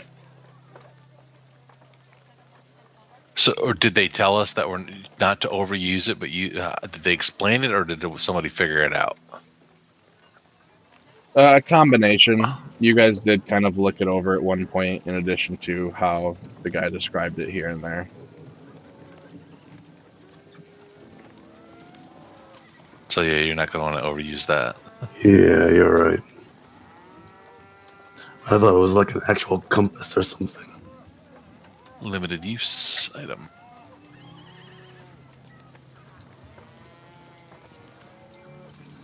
Alright. We'll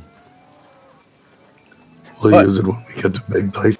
Like most charge items, there's usually a way to regenerate charges. Yep. Does anybody know how to do that? Nope. One day. Perhaps Actually, the dwarves who gave it to you. Nithia doesn't even know it has charges or know anything about it, so she doesn't really care.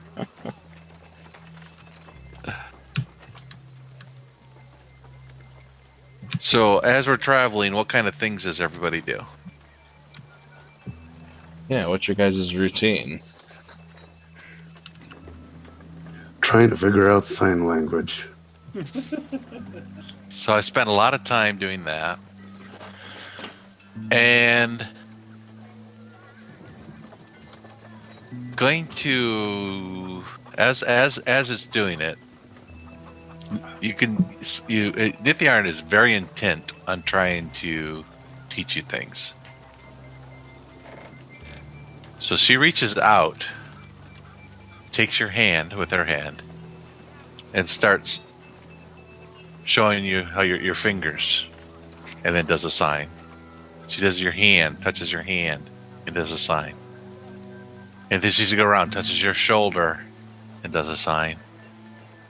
Touches your cheek and does a sign, and continues on there and tries to teach you parts of the body and so forth.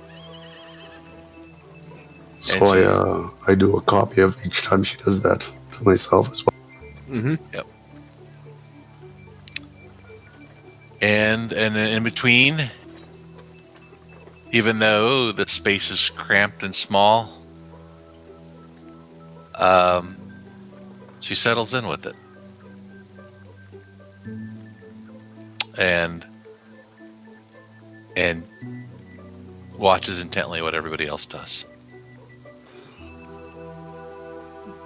Okay. While we're traveling. Yeah. A couple of things for your other traveling companions to note. Sin, he takes lots of naps. He is an older gentleman, and he is, often you can tell that his age is wearing on him in some ways. And he kind of has that old man smell too.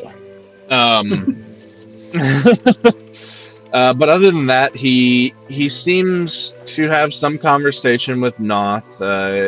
He will talk with the other of you guys in there if you confront him, but he more or less keeps to himself. He seems to have there's a book that he pours through quite a bit. In catching glimpses of it, for like the couple of you that recognize magic, it doesn't seem to be any sort of arcane manual or tome or formulas or anything like that. It's some book in common. Most of you don't even read common. So, Wizrune, he more or less keeps to himself. He will have conversations with Reginald occasionally about magical properties and ideas, and he's sometimes curious about your potions and such. And I give my information freely. Okay. So he kind of likes to collaborate with you here and there as you guys begin traveling over these next few days. Noth, in addition to seeming like a caged animal at times, occasionally, for what he calls training, he'll get out for like 20, 30 minutes of a time and jog alongside the cart to burn off some of his steam. Other times, he's kind of just hanging in the open doorway, shouting up at you, Taween, as you guys are moving along. Tywin shouts back, of course. Often in Orcish, as he continues to press that along with you. As Tywin kind of goes back to his lone wolf type of deal as they're traveling, but it's less because he doesn't want to deal with people, and more just he wants to stay vigilant up there. Mm-hmm. As he was always used to, when traveling back with his tribe, be walking alongside the carts and keeping an eye on the woods. So whenever he travels, his eyes are always on what could be coming. So it's less him wanting to not interact, it's more just him just keeping an eye on everyone else. As he kind of feels like he is the group's guard.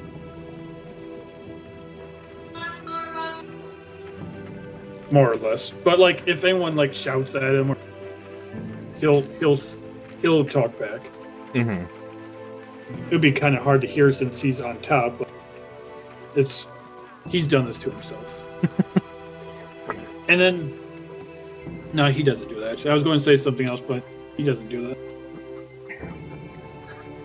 And there's a number of times where Sin will go up and sit on the side driver's seat as well and just kind of enjoy some fresh air.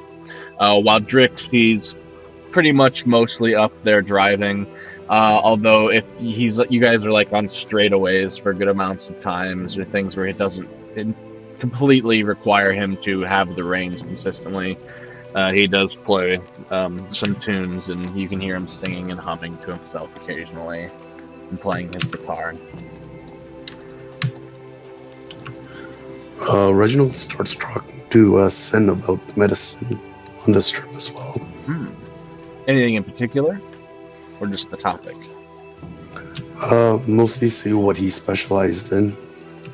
See if we can learn anything new. Well, not so much of a mundane doctor, one might say. I have other means in which I heal wounds. More magical ways, one might say. Technically, my way's magical too. Yes, yours is more, from what I can tell, putting things together and utilizing the magical properties of things of nature. Yeah. But I do not doubt some of that intentional magic comes from you as well. But for me, well, Kind of like a priest would, or a cleric. I've met a few physicians who take magic from something else and heal people. yes, actually. We're very far and few between in these times, from what I can tell. But like Wizrune, from what he does, he has learned how to manipulate the magic that flows through all life in this world, and the magic of the elements and the various properties of the world. And through almost like a puzzle, he has found ways to put certain things together. That is not so much the case for me. You see, this, and he closes his eyes and just kind of mutters softly, almost like a something in a language you don't understand. A couple of words, and this soft light appears in his hand, this soft white light. That was not done by understanding the properties of anything. I merely asked the light to be there. I put my intention into it, and it is there. That's fascinating. I wonder if I could find a way to replicate that with the natural elements of the world. In a way, I mean, I'm sure, but you are an alchemist, so you understand the curative properties of potions that heal, yes? Yes. You take the life of the plant itself, which has already willed itself to be curative. Its intention is set within its form of life. You are merely taking that intention and repurposing it. I, without Hmm. having to have it grown, can touch your wound and ask for it to be healed. And it It, heals. he's describing clerical type magic or what's it called? It's divine. Divine magic. He's describing divine magic, right? Yep, the subtleties between divine and arcane. Okay. Lithian's sitting there watching, and she goes, and like a static electricity holds up. See, I saw you speak no words. You wanted that to happen, yes? And so it happened. You understand.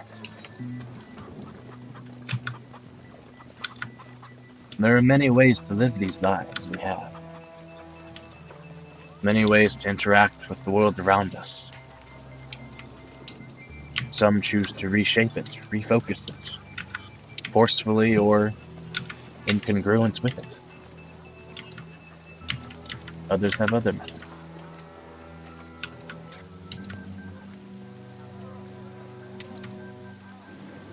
I see. Well, I wonder if you can use your type of magic to heal, fight against diseases you haven't seen before.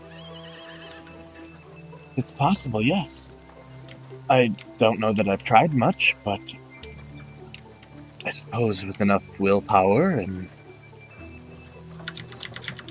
thought and a little understanding as to what I'm doing and combating.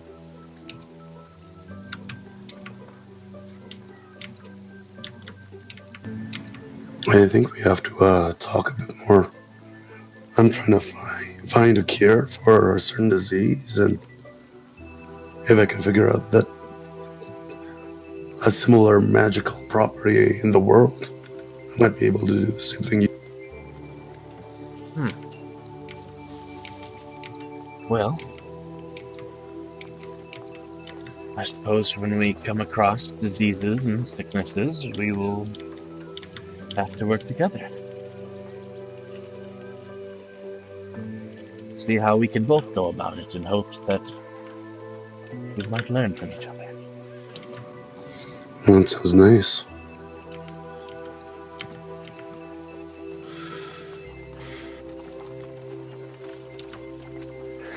But as far as how to stitch a wound or fix a broken arm, I have no idea, I must admit. That's all right.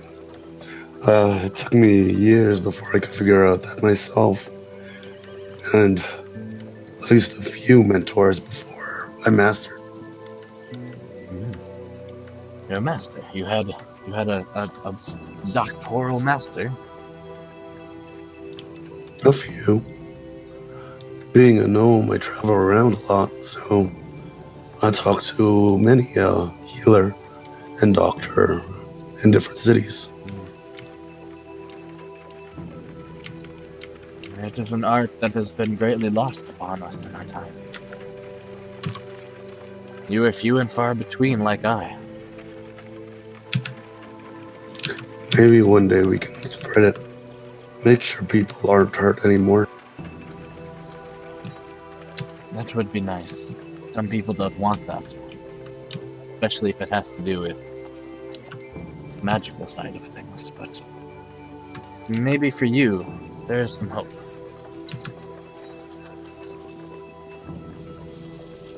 This knowledge is different than magic. I think magic is just a different type of knowledge, don't you think? Yes, I suppose. Although, even the written word has been taken from many people. That is true.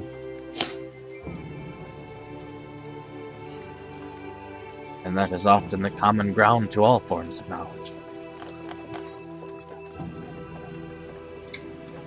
But there are some places that still try to preserve the knowledges of the past and forge new understandings. We just have to find it. Agreed.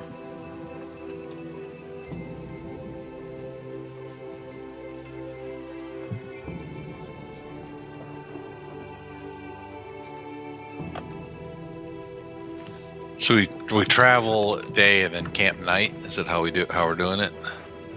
Is that how you wish to do it? I would assume so. Yeah. Sounds good to me.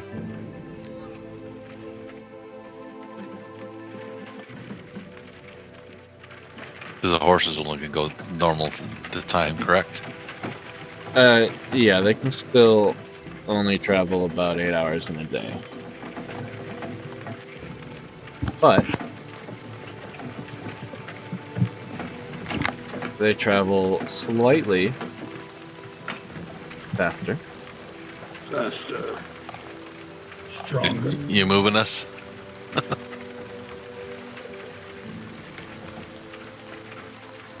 Let's see. What's the name of the town we're going to? We're going to Balin. Balin. Balin, yeah. To the east.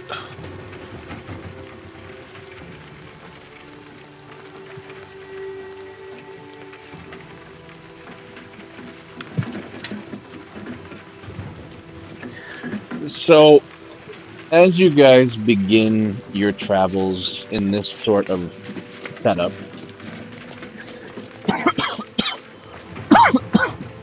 are there any sort of consistent daily actions anybody takes towards the overall safety or movement or procedure of how the group functions? For example, Drix is your driver, so he is basically navigation, unless he had specifically someone with like a map or something like that up there helping him. Taween, from the sounds of it, is taking more the position of sort of a scout on the more perceptive side. Mhm. Is there any way any of you wish to use your skills to aid to that sort of thing? And for most people, for most of your companions, it's simply they're just there and on the inside, and that's fine. I just know that Taween specifically has kind of put himself in a position where he is doing one of these things. Yeah, I don't know that Nithiarn really has a role during the travel. Mm-hmm. When you stop, I mean, she'll go through her routine and stuff and keep an eye out and so forth. Anytime we stop or take breaks or along those lines. And if there's any kind of little bitty rips or tears or damage, small little areas of damage or whatever on the cart in any way, shape, or form, let me know. Little things. Okay. Because she is very interested in this thing, but So you just kind of keep minor upkeep where you can find it. yeah, less than pound type things, Yeah. or less than a couple pounds, and Frayed ropes, Yep. broken netting, stuff like that. Yep. Small little things that you stitch up. She does something to him. Yeah, I just mean, well, in whatever way you fix the broken stitching. RJ, anything for you? You just hang out, do your alchemy stuff? Yep, I'm not the best lookout. Yeah, no I worries. heal. Alright, so, Taween, then I'll have you do a perception check per day as Yeah. you guys go through, just to see if you at any point note anything that catches your eye one way or the other. You can roll 3 for me if you want as well. And I want to do one evening, one sleep. Yeah. And then Drix will be doing the survival checks to not entirely get lost. There is a road, kind of a dirt path that it looks like a lot of carts and carriages travel along this path. And maybe about once over the course of your journeys, you do see another carriage that is carrying lumber coming from the direction you guys are carrying. So it's not like he can really get lost, but more so about if he's able to, when the road dips or seems to have been washed away or little things, is he able to choose the right path and kind of go around the right areas, or does he take the slower route? But the first day goes by uneventfully, and you guys rest down at night. Now, I do want to brief here on this first night, just specifically to see how you guys do set up camp in your new scenario, as you do have some space inside to sleep as well. You could probably comfortably sleep 5 or 6 inside if a couple of people hit floors and like the benches. Tywin sleeps outside. Yep. He has his hammock. He sleeps outside. Yep. Reggie sleeps inside. You take one of the beds? Yeah. Okay. But before I sleep, I look around the camp to see if there's any interesting herbs at the campsite. Okay. So that's maybe something you're doing daily, is you stop at breaks and lunches or at night. That's a good point, because Nithian would always be foraging for little fruits or nuts or things that she can add to her little stash of. To just your stash or the overall caravan? Overall caravan, but she's really only paying, for the most part, honestly, not really into that much. But at the point that she knows she needs to gather little bits of grains and fruits and stuff like that. So small amounts of things. You're more so specifically never hunting animals. Not hunting animals. Okay, but if you do come across forageable food, you do collect that for the group. Correct. Okay, so then you could do probably survivals on a daily basis. I don't have survival as a skill. You can still roll it without it being trained. Okay. And for RJ, that's probably... well, it's not even a class skill. Yeah, that's knowledge fine. Nature. It's not... Yeah, knowledge nature. It's still one that you can roll without it being a class or trained. Okay. Anybody and everybody can use survival. One day it was really bad. Remember, Oztook still rolled survival checks. That's true. Right.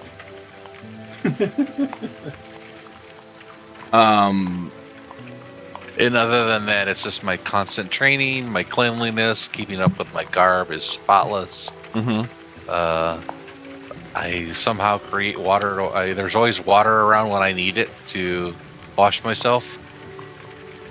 And my clothes are always perfectly mended.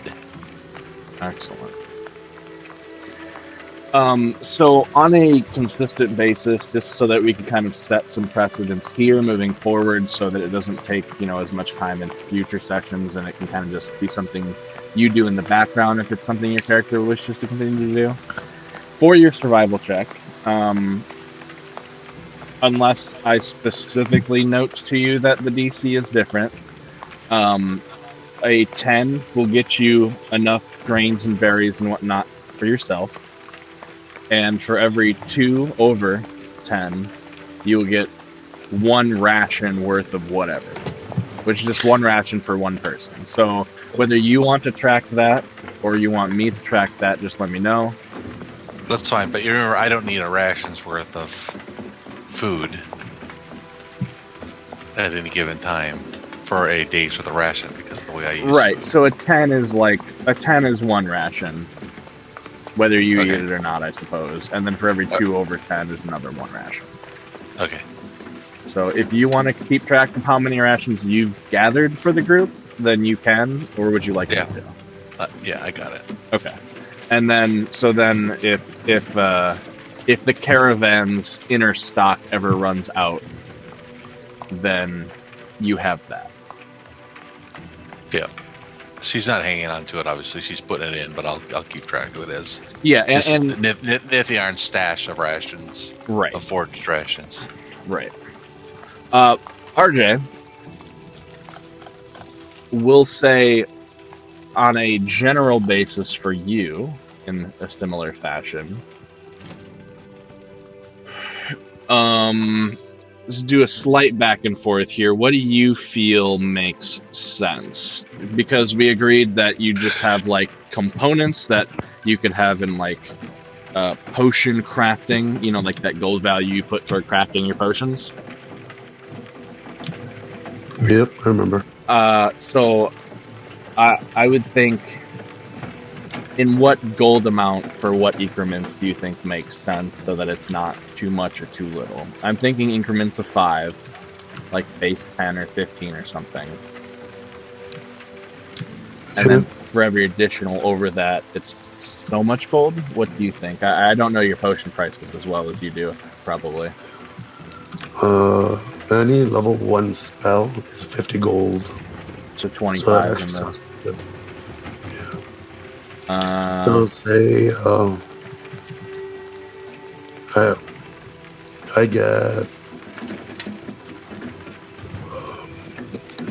get 20 gold at 10, and every 5 I get 5 more gold. 5 over. That seems like a potion a day almost. I don't know if that's quite. No, it's a potion a day would be. Well, if the potion costs 50, then you only have to spend half of that in components, so 25. Yeah. For crafting. So say 15 then. So yeah, let's say.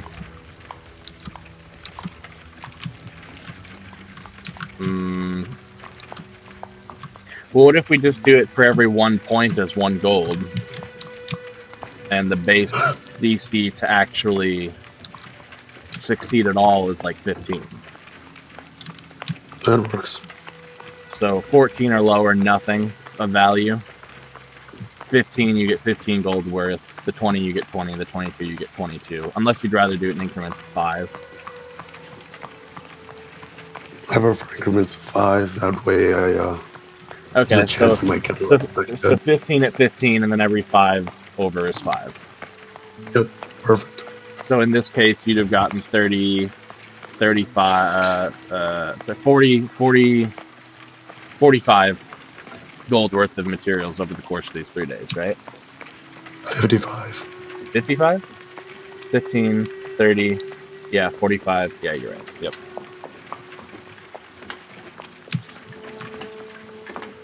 Is that still too much? That's still like. That's just level 1 potions. That's level 1 potion. No, that's 2 level 1 potions in 3 days. No, I know, but I'm saying that buying wise, that's just 1 level 1 potion. And I still have to put in the time to make the 2 potions for that day, because it still takes me No matter how much, it's still going to take me a couple hours. True, although with your setup that is slightly built into the carriage. Still takes me a couple hours just because even if I do one potion, it still takes 2 hours. Ah, okay. And then if there's anything that happens during the day, that might prevent you. Yeah, so that seems fine for now. That way you guys are doing things kind of consistently towards your own ends and goals.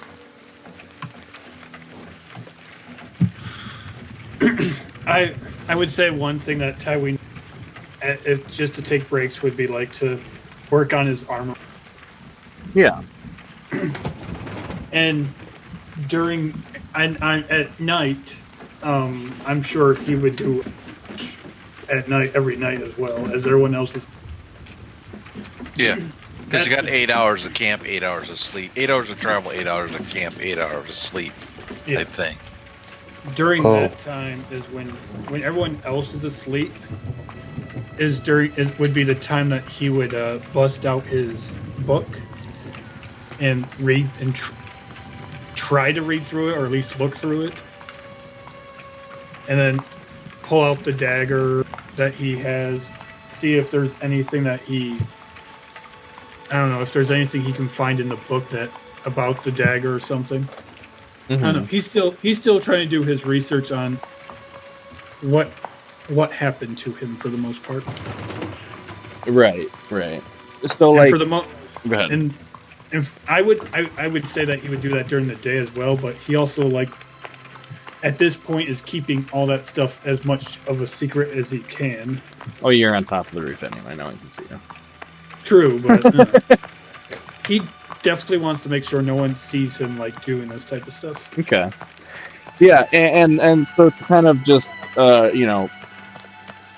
wrap it one more time. So this is basically a day's worth of travel in this setup, barring any sort of, you guys are doing things in places or taking extended periods of actions for things.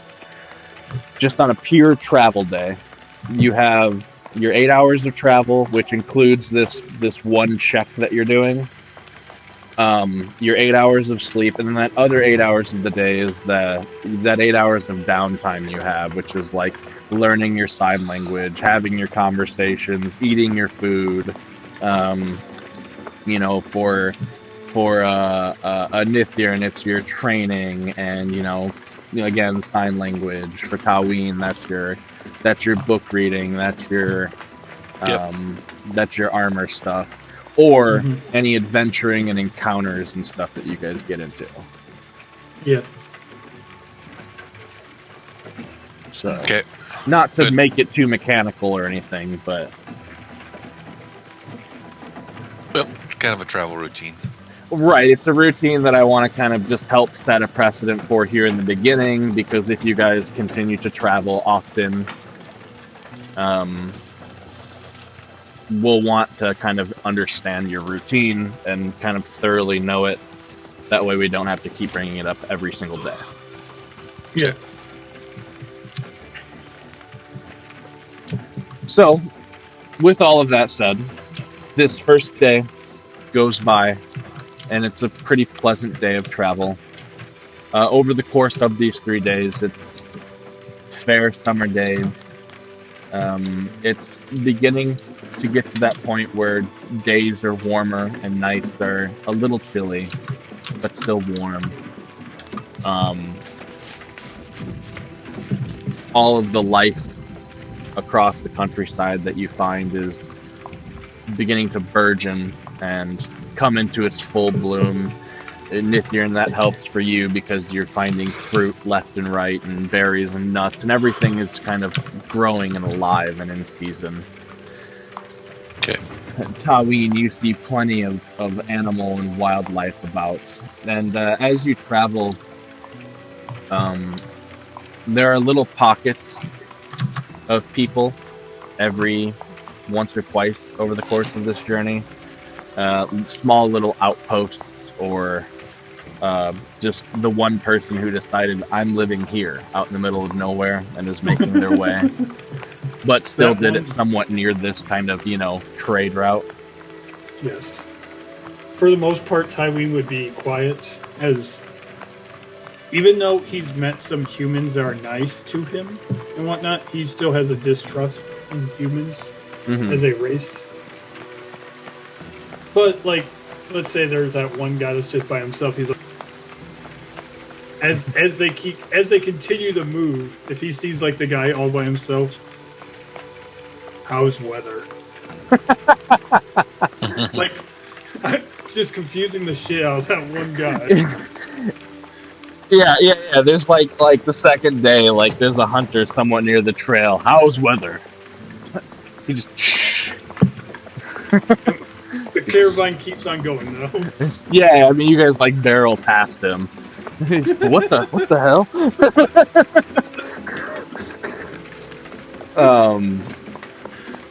So the first night, uneventful. Nithjorn step in whenever. Yeah, okay. First night, I sleep outside, sitting down and meditating and staring at the stars. First night. Okay.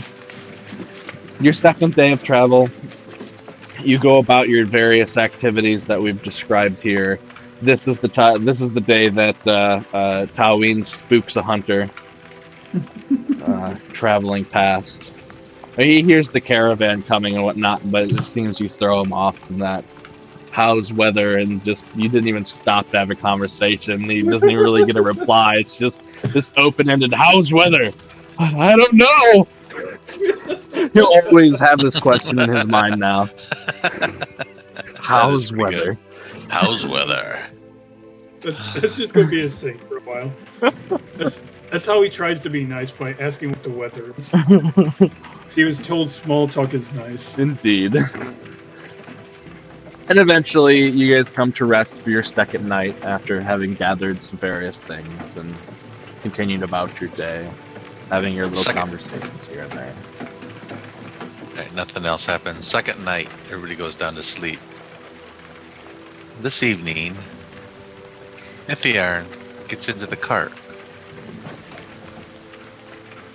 Sits down kind of at the foot of the bed where RJ is sleeping.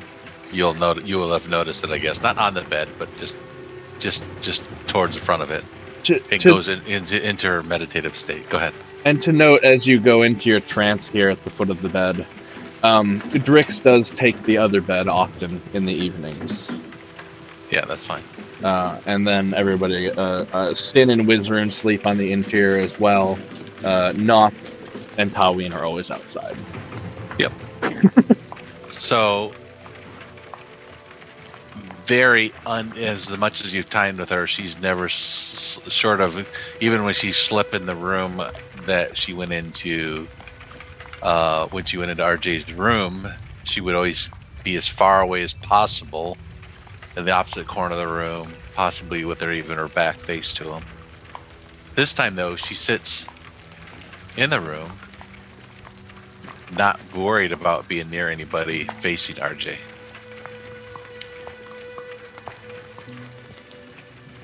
And somewhere in the middle of your sleep, I don't know if you say anything before we go to sleep, but she just kind of waits till you kind of doze off, looks like you're dozing off, then comes in very quietly, sits down, but you might have noticed that, and then just without saying a word, sits there and goes into her trance.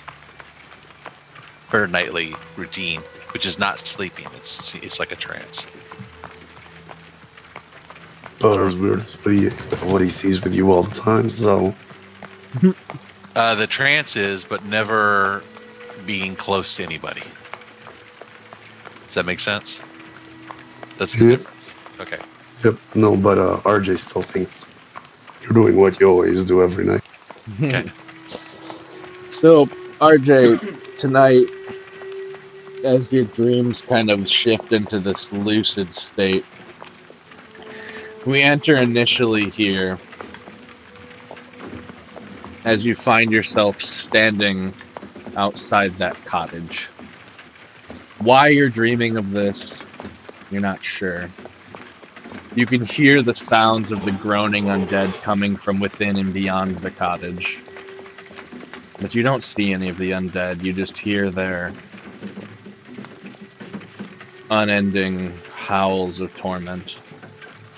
But it's mostly washed away by the salty sea air that seems to be gusting up along the cliff face. You see that castle and you ponder what it is. It's still fuzzy in your memory.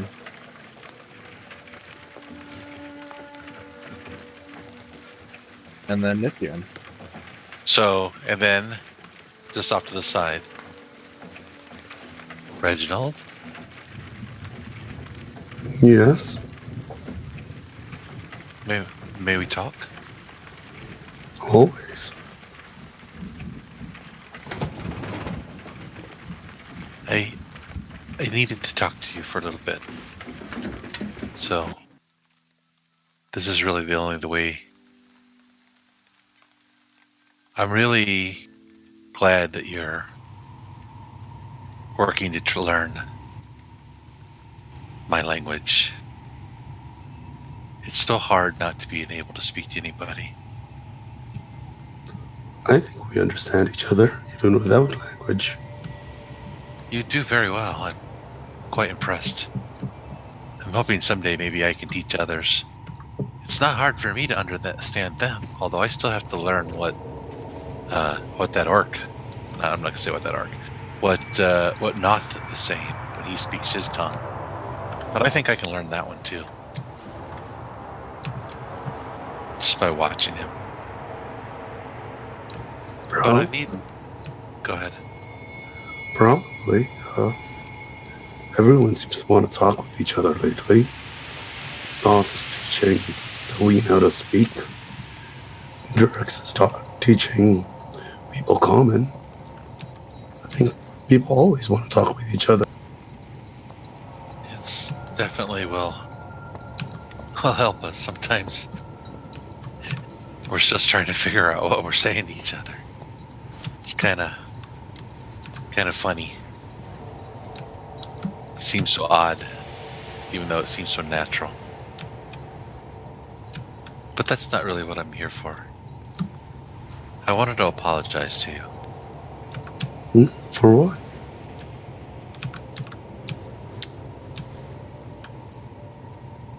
I guess I need to explain a little bit about myself. It might help you understand. And maybe it'd be easier for me to not show gratitude, because I do have so much gratitude for what you do for everybody and what you've done for us. But for all the time that I can remember, my sensei has been teaching me a path to follow. I haven't achieved all that I want to do yet, but he's taught me the way, in a way that I can do it. I don't even think I do it the way he does, but the way that I can use my moves, my grace, my ability to use these skills that he taught me. And eventually I'll maybe someday be able to do it as well as he does. But it takes a lot of practice and dedication and commitment and vows. Some of them are easy for me.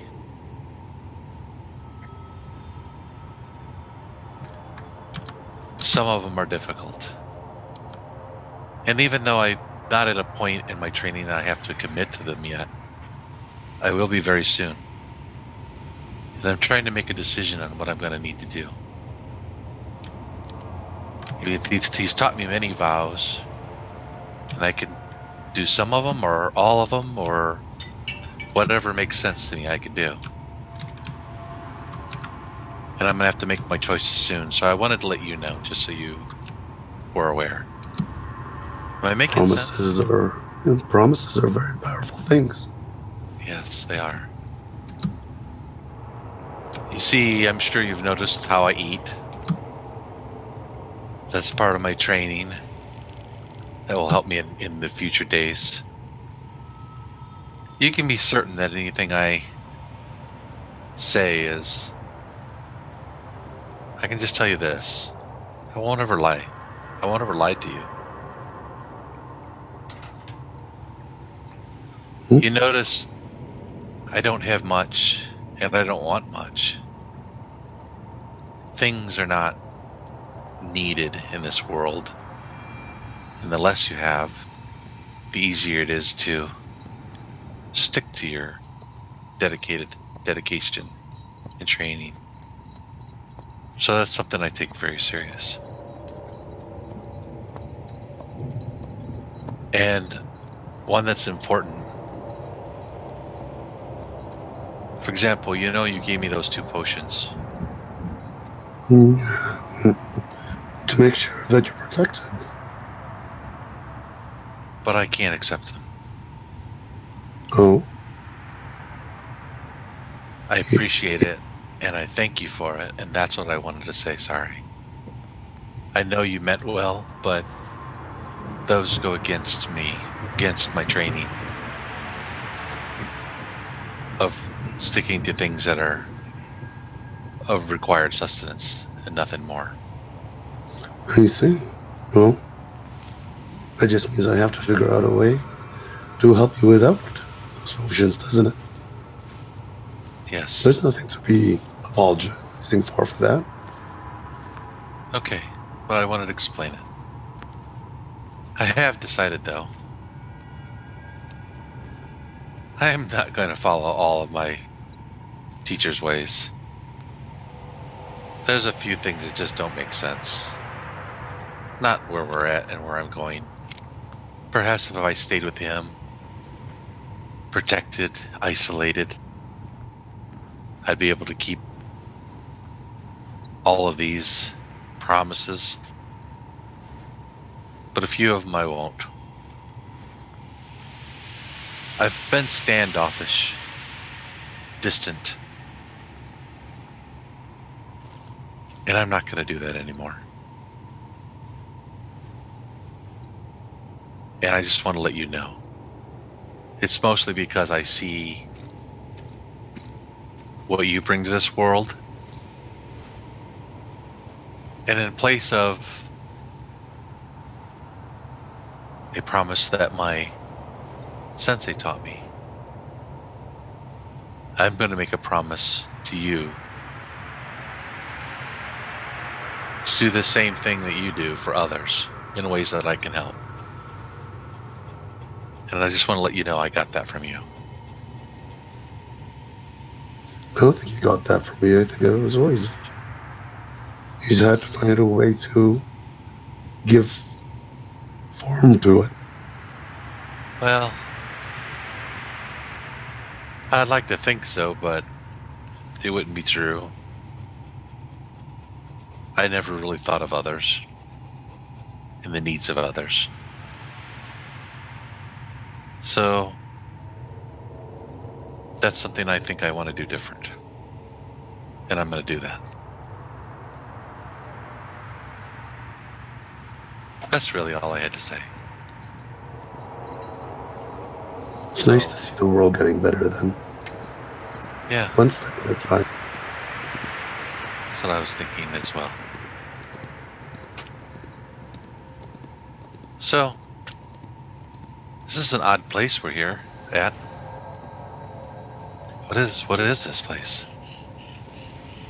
It was that pretty place past the tower.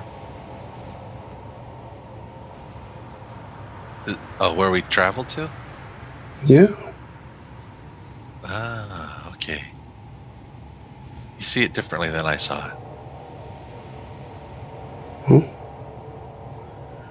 it was blue skies and it was open skies and a rolling waves. There's beauty in that if you look. Yeah, that's true. Well, I'm sorry to bother you, but I just needed to clear that. It's no bother. it shows me I need to work on things for you. Think there might be a piece of equipment one of my old mentors had that might help with our problem. Well, I appreciate that as well. So at that, she's going to fade away and let you finish your dream, experiencing anything pleasant that you can, if you roll into anything pleasant, try to lead you towards pleasant thoughts. Yep, and you do, and I would explain it, but want to save my voice a bit more. Yep, I understood. Yeah. That's why I'm cutting it. So you fade kind of into the background, Nithir, as you just stay there and hear the seagulls and hear the waves, taste and smell the salt air. You smell the flowers behind you and the sound of the wind as it crosses you from ear to ear. Even the cracking of the rocks on the cliff face as one occasionally tumbles downward is a welcome sound to you. The way the wind sweeps through the grasses and shuffles the leaves and grass about.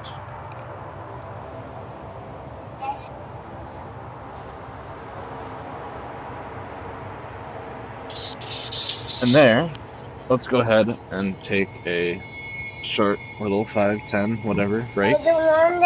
Bathroom, refill your drink, do whatever you need to do. We will be back in 5 to 10.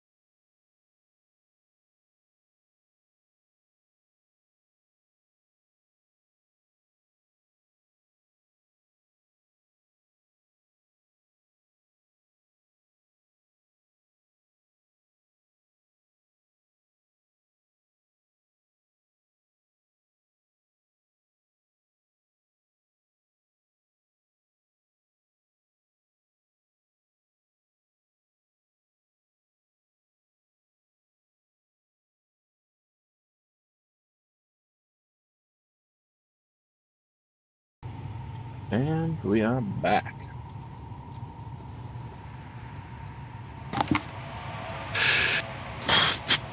Okay. So, coming back, you guys complete that second day's rest where you have a good rest, Nithian and RJ, and you have your interchange during that. The following day, also uneventful. Whether it be this is not a very dangerous area or it is well kept safe, you're unsure, but it was certainly a bit more dangerous, even in the mountains, where a number of things seem to lurk in wait for potential ambush passerbys. Here, not so much. I mean, you perhaps hear a couple of wolves during one of the nights, but it's more so just in the distance.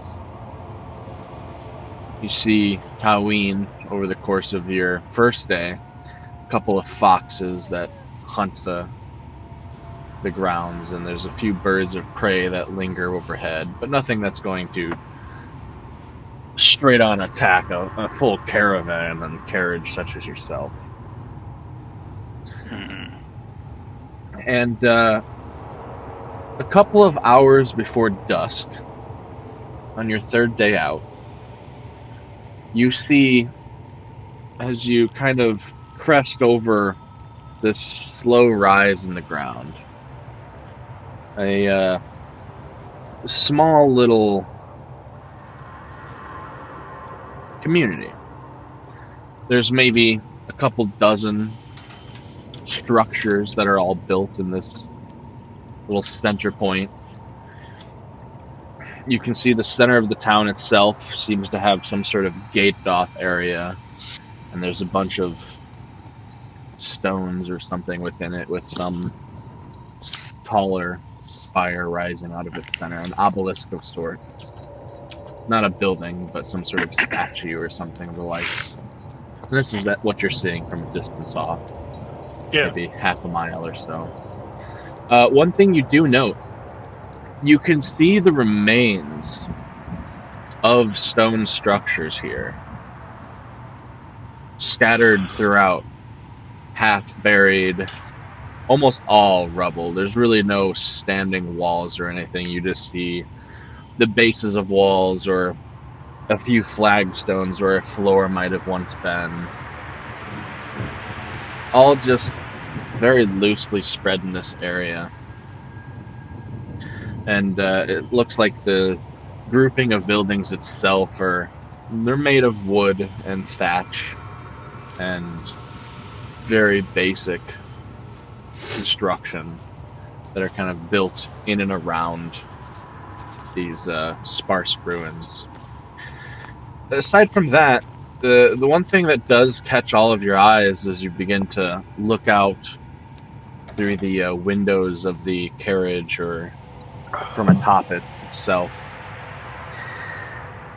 there are these obelisks. They're about 9 feet tall or so, and they somewhat remind you of the spires from within the Center of Opportunity, in the sense that they are more or less rounded at the base, and then they come up with that wrenched twist as it comes near the top. Like the bottom third is like a rounded pole type. They're made of stone, of like a dark gray stone, and you can see the rusted remains of a bit of metal work here and there, like rings along it, like 2 or 3 rings on the bottom third, and then the top 2/3, it goes from this circle to this four-cornered shape that twists and spires up. Again, like someone took a rectangle and just twisted it, but they end at points. And they're maybe 50 feet apart from each other in very distinct lines across this town. Like a pattern of some sort. Some sort of pattern, sure. You don't quite have the vantage point, and the buildings themselves that they seem to be patterned around or have been built around whatever this is obscures your vision from perhaps putting that together in this sense at this moment. But I mean, we just riding the wagon right on in, or are we stopping, or what are we doing? that's up to you. I'm just kind of describing the outer scene for maybe half a mile or so, and Drix pulls the caravan kind of to a slow. I think Balin's up ahead, just down yonder over there in that little valley. I take out the crystal compass and use it. Okay. So, to use this, you're shown by Nevo once. There's this metal that is coiled around it, and as you pull it open, it unlatches and becomes half of a circle. You pull another one and unlatches and becomes another half a circle. And then you have the circle itself with this oblong hexagonal green astron crystal that is sort of affixed by two other wires that come up, meet in the center, and arc back down, and then like loop around its center a bit. You hold it from the sides, or from like the top probably, in its center, and you give it a spin from beneath. And as you give it that spin, you can see the energy activate within. And as it almost just barely glides its tip around the outside edge of this metallic circle, you can see sparks kind of begin to fly of this green energy. And it sparks and sparks and sparks, and then comes to rest, pointing towards the town of Balin itself. Not so much way off to its left, not way off to its right, kind of dead center. Well, that tells us a lot.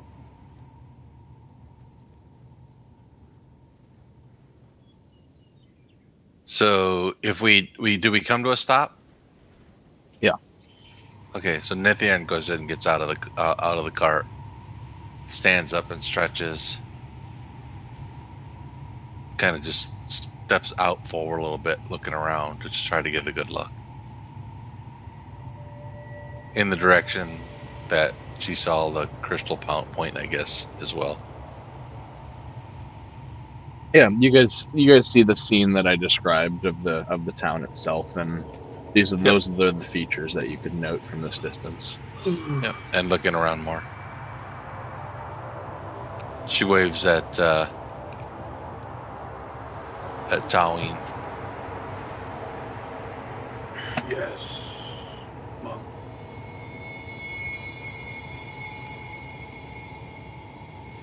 Yes, monk.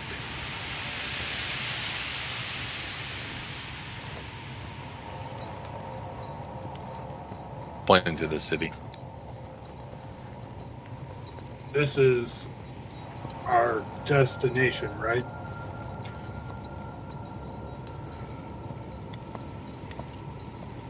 He would then look at Drex and be like, this destination. She nodded, yeah. Yep, this is Balin. How people. They're quiet folk. They got some farmland, from what I understand, around here. There's not many people that live in town, just a handful of families. It's a little stopping point for the lumberers that come out from the east. Nice. I people. Can't say that I've ever really been here myself. Heard about the town. I know the roadway to the town, but first time seeing it. Oh.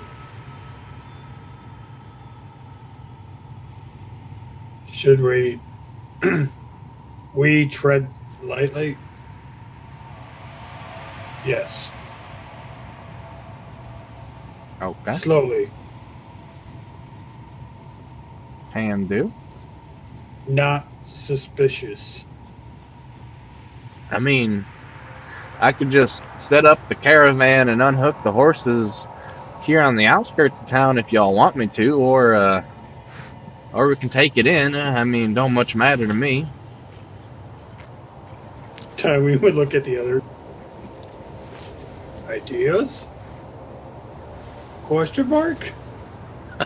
He says question mark.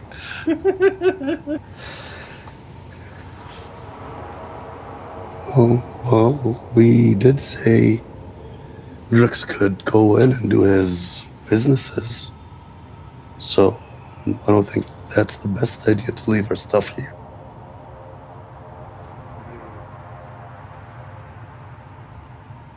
North, I stay. Protect wagon.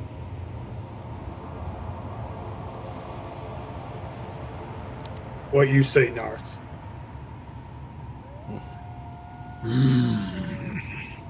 More towns. I do not care. Do not wish to scare puny humans. Agreed.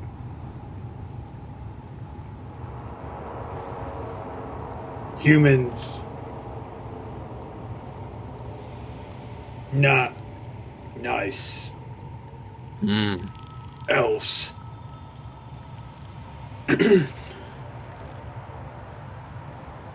Usually.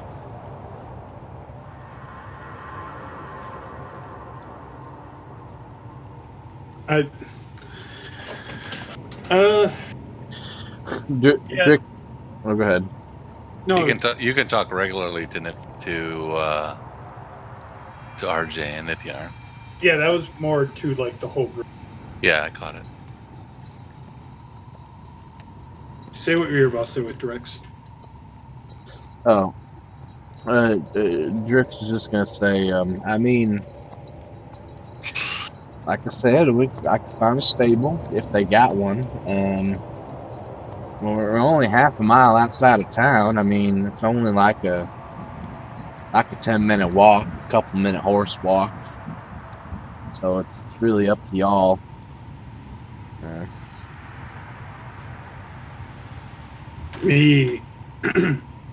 Me, North. Scare, maybe.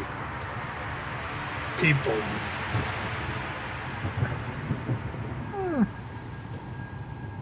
Perhaps not. I mean, I can't say orcs are too known outside the deserts and mountains, but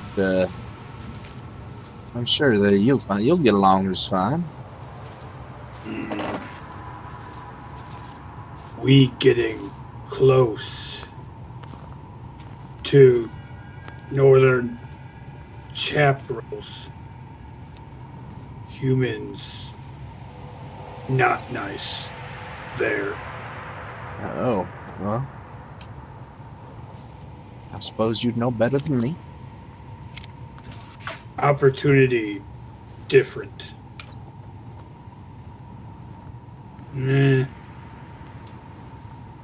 I also no, that's too big a word. I too untrust humans. You mean suspicious? Yes. You ought to learn that word. Untrust. Remember my teachings. Yes. How's weather? No, how is the weather?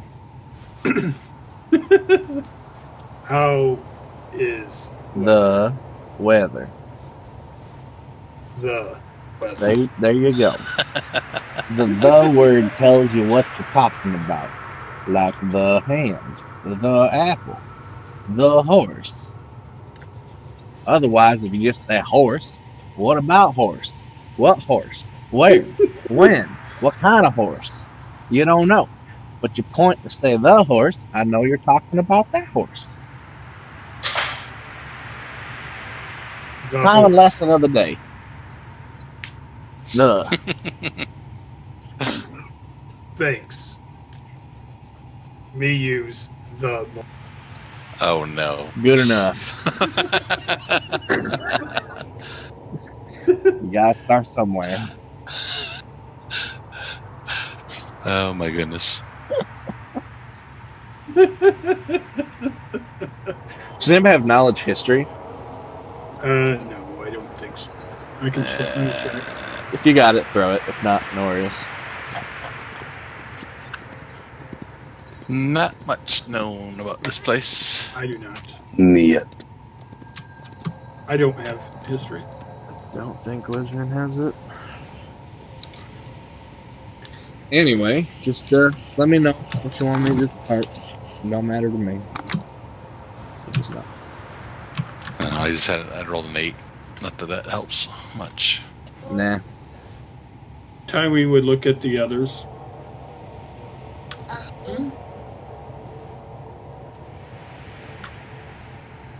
You know the city? RJ? Such a small city. I've never been. What? I don't even think you can call it a city, though. Maybe a village? Looks more like a hamlet. Sounds about right. What the hamlet? Oh. Bigger than a tribe. Smaller than a city. Ah.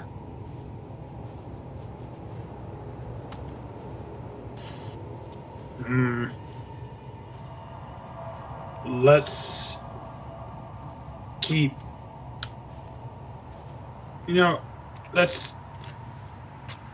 Let's trust the humans. Go in with caravan. Me, Narth, stay in caravan. In the caravan. As he looks at Drix. He claps and nods.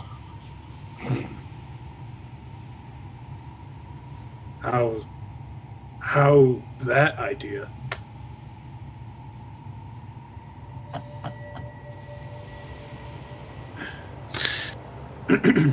Tywin is not an idea, man. Yeah, Nithiarn's kind of up in the air on it too. She's looking back and forth and doesn't really know how to communicate what she's thinking. See, what would she think? Okay. She starts pointing to each person.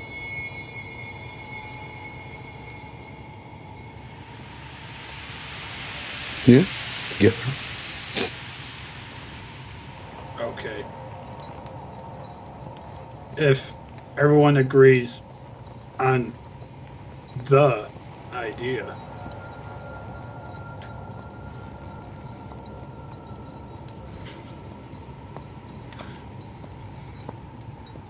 He's committed to learning and speaking common. Gotta give him that. Mm-hmm. Whenever someone tells him something, though, he's do it.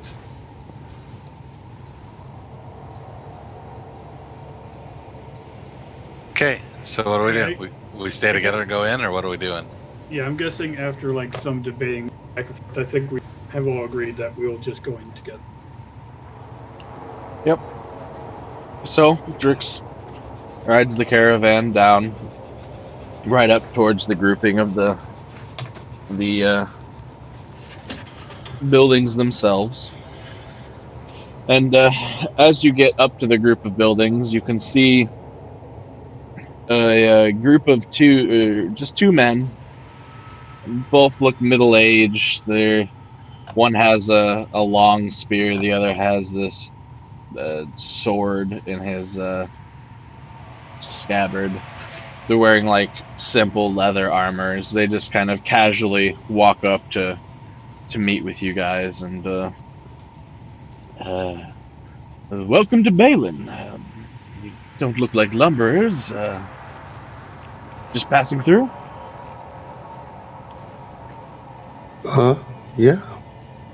We were just hoping to see the ruins a bit, and then keep going past, if you don't mind. No mind at all. Got plenty of folk coming out this way to head towards the lumber camps and, join the business. We get a lot of travelers through here. Few a week, actually.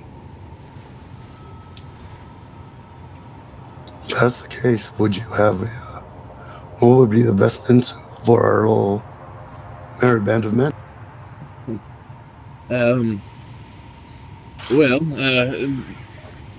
Since we do get some lumberers now and then that they like to stop with their gear and whatnot.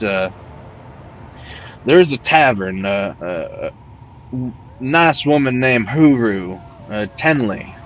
She runs it. It's just right over there, and he points like a block down, and you can see the building is pointing at. It's right next to the one or two shops we have. And you can already see there's like 2 other carts outside of it, both filled with wood. That's where we put up visitors to the town. You're welcome to stay there. She charges a few coppers, but, she's got to make a living. Understandable. Other than that, there's ruins. We got a general store if you need a few supplies. And, welcome to Balin. Thank you.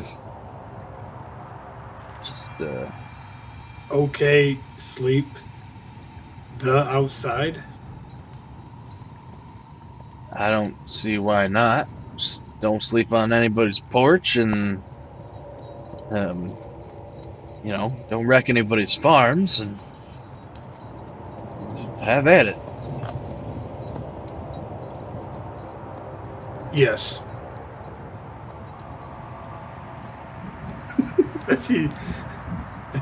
As Tywin kind of like goes back to his hiding spot on top of that car. So these obelisks, you say they're all around the city or in the city or outside the city, or what's the relative to this little area that we're in right now where there seems to be some buildings? Yeah, so now that you're kind of here in the town itself,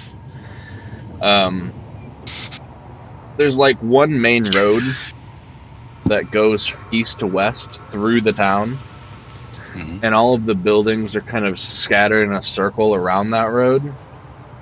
There's like 2 or 3 side paths that kind of snake, absent-mindedly outwards, north and south, to get to the rest of the little cottages and villages here. Okay. Or buildings. Running east and west, just off of kind of the side of the road, maybe 10 feet or so, is every 50 feet one of these obelisks. And now that you're here in the middle of the town, you can see at a certain point, pretty much due north and south, there's another row. And you see a couple of other rows in directions, and they all seem to kind of be spoked almost off of the central feature of town, which is one of these obelisks, but it's about 3 times its size, going about 20 feet in the air. And it's in the middle of what looks like a cemetery. You can see probably a couple hundred graves in this rather large cemetery. It's almost like the town's somewhat built around it. Okay. So they're like spokes like this. They're not even rows. So it's like in the center, there's this town, there's a graveyard. There's this big obelisk, there's a graveyard. And then there's every just 50 foot spoked off. no, Like in that a wheel spoke or just in rows? like the 50-foot distances between the smaller obelisks along any Right. given line. But the lines are centered on this centered object? It seems Like to be. okay, got it.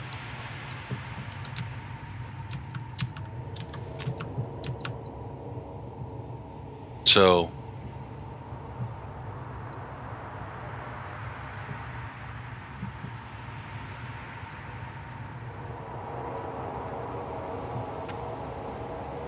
and then she signed something.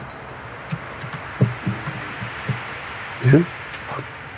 We should get some rooms for. What time of day is it? It's a couple of hours before dusk. Okay.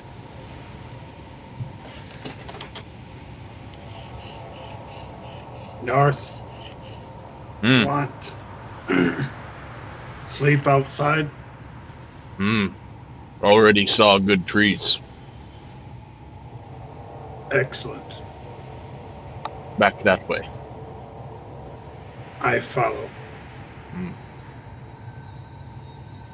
As he kind of then looks at the rest of me and Narth will just sleep outside like we normally do. He says that in Elvish. Understandable.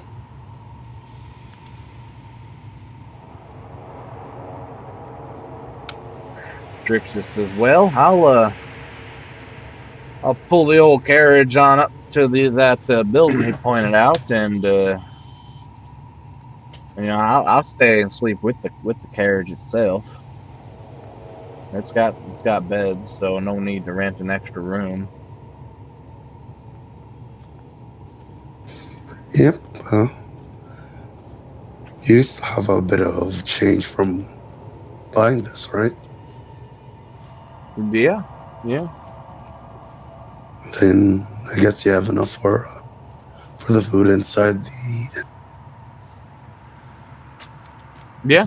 I can take care of I can put the rest of the party funds toward the inn and the food for however long we're here. I mean, Oh, no. wait. I mean for you. For Oh, for me? Yeah. Don't you worry about need it. to. Hey, don't worry about me.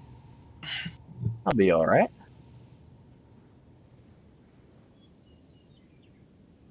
Well, I'll let you do that and let continue our promise about you letting you do whatever business you want to do here. While we do our expedition. Yep. You guys just let me know how long you're gonna be, and I'll spend a day or however long chatting with some of these farmers. I brought some goods from Opportunity that I thought they might like. Well, let's say 5 days. 5 days. Oh, okay. We're gonna go explore the ruins a bit, and you never know how long it'll take to go through things like that. That's true. Well, good luck. And, I'm sure I'll see you in passing. If you need any help or if you find any trouble, just if you see us, call us. Oh, yeah, will do.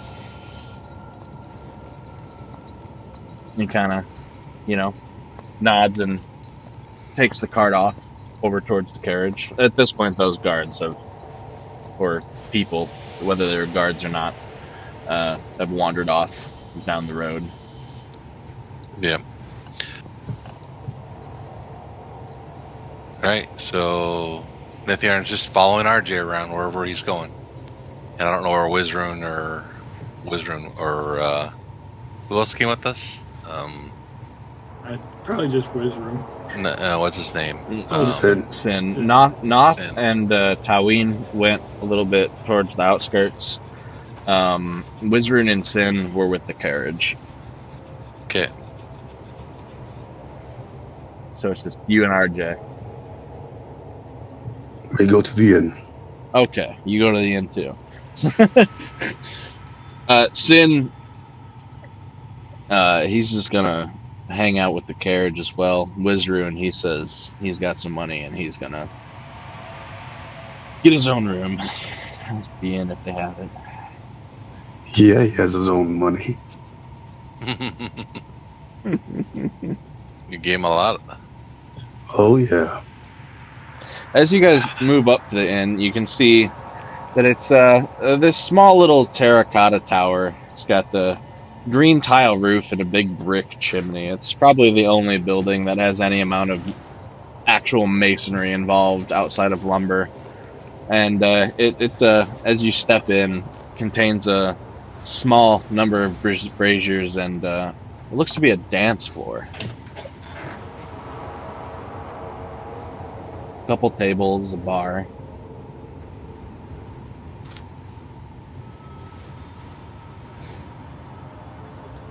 You mind we end it after when we start talking to the bartender? Yeah, you want to cut it off here? Yeah, he's Yeah. you're suffering. Yep. So you step in and you see this this female human who's kind of standing over this table of two other women, and they're all just chatting and laughing. And as you guys kind of breach in through the door, she kind of I'll be right back, and stands up and starts to walk towards you guys, and that's where we can leave it for next time. Sounds good. Good. Take some good meds. Yep, well, it lasted longer than I thought I would. Yeah, did good. You made it to the town of Balin. Ooh. I love how me and Narth are always like, yeah, we're not sleeping in the inn. Two little buddies. Like, we're going to go find our own place. You're gonna have hammocks and blackjack. Yeah. Nithiarn would have gone with you, except she's got the attitude that she's keeping watch over RJ right now. Yeah, that makes sense. Everyone has like their own little groups. It's not a, I mean, literally, she just thinks that she has to keep an eye on him. Except that RJ rushed through and did damage with sword. Yeah, that was pretty funny. He was a little barbarian today. Yeah, you did a good amount of damage to that damn little orb thing. Yeah, you did. The plus one weapon helped.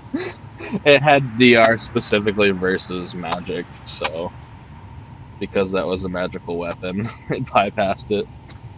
Yeah. And I will say, just because you failed the will save and was forced to use the weapon, just means it forces you to draw it. You don't necessarily have to charge in and attack with it. Oh, I know. I just wanted to. Yeah, no worries. Okay, I just wanted to make sure that the compulsion was clear, that it's not forcing you to attack. Yeah. Come on, you know it was worth it. Oh yeah, Well, that was a good cool. attack. And Yeah, it actually was a very well placed attack. Yeah. Yep. Well, it helps that the round before that he also did True Strike. Yep, that helped. So he was going to hit no matter what. Uh huh.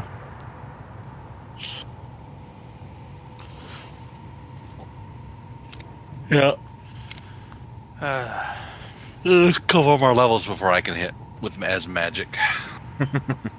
Or unless I get a magic weapon. Steal the weapon from me. Steal the weapon from me. Yeah, the only problem is it would limit my weapon choices, I think. Except it can become any melee weapon. Including gauntlets. But did we say it could become a rope dart? It's a melee weapon. It just has reach. That's true. Mm-hmm. Except I would never steal. So. Damn it. Tywee just thinks that RJ found a weapon that he likes. Tywee's like, ooh. That's why he was like telling the impressive story on how you hit it with like a sword bigger than yourself. I don't know that there was much room for any today, but any of those questions that, like, from a player point of view, or now that it's behind you, you have question about? Eh, Not really. We didn't do a whole lot. No, it was more just setting up the new mode of travel and getting out of Yep. town, yeah. plus the fight. Yeah, that fight was fine.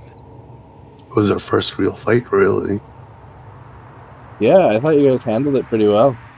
You kited those zombies masterfully. Mhm. Yeah. Mark is Slow things like that aren't that. Yeah. I'm sorry. Go ahead. Markin is dancing around. Yeah. Yeah. The spins and the. So if you want to watch some neat videos, watch how like real rope dart usage, and that kind of gives you a vision of kind of how she kind of moves and everything she does. It's all kind of dance based. Yeah.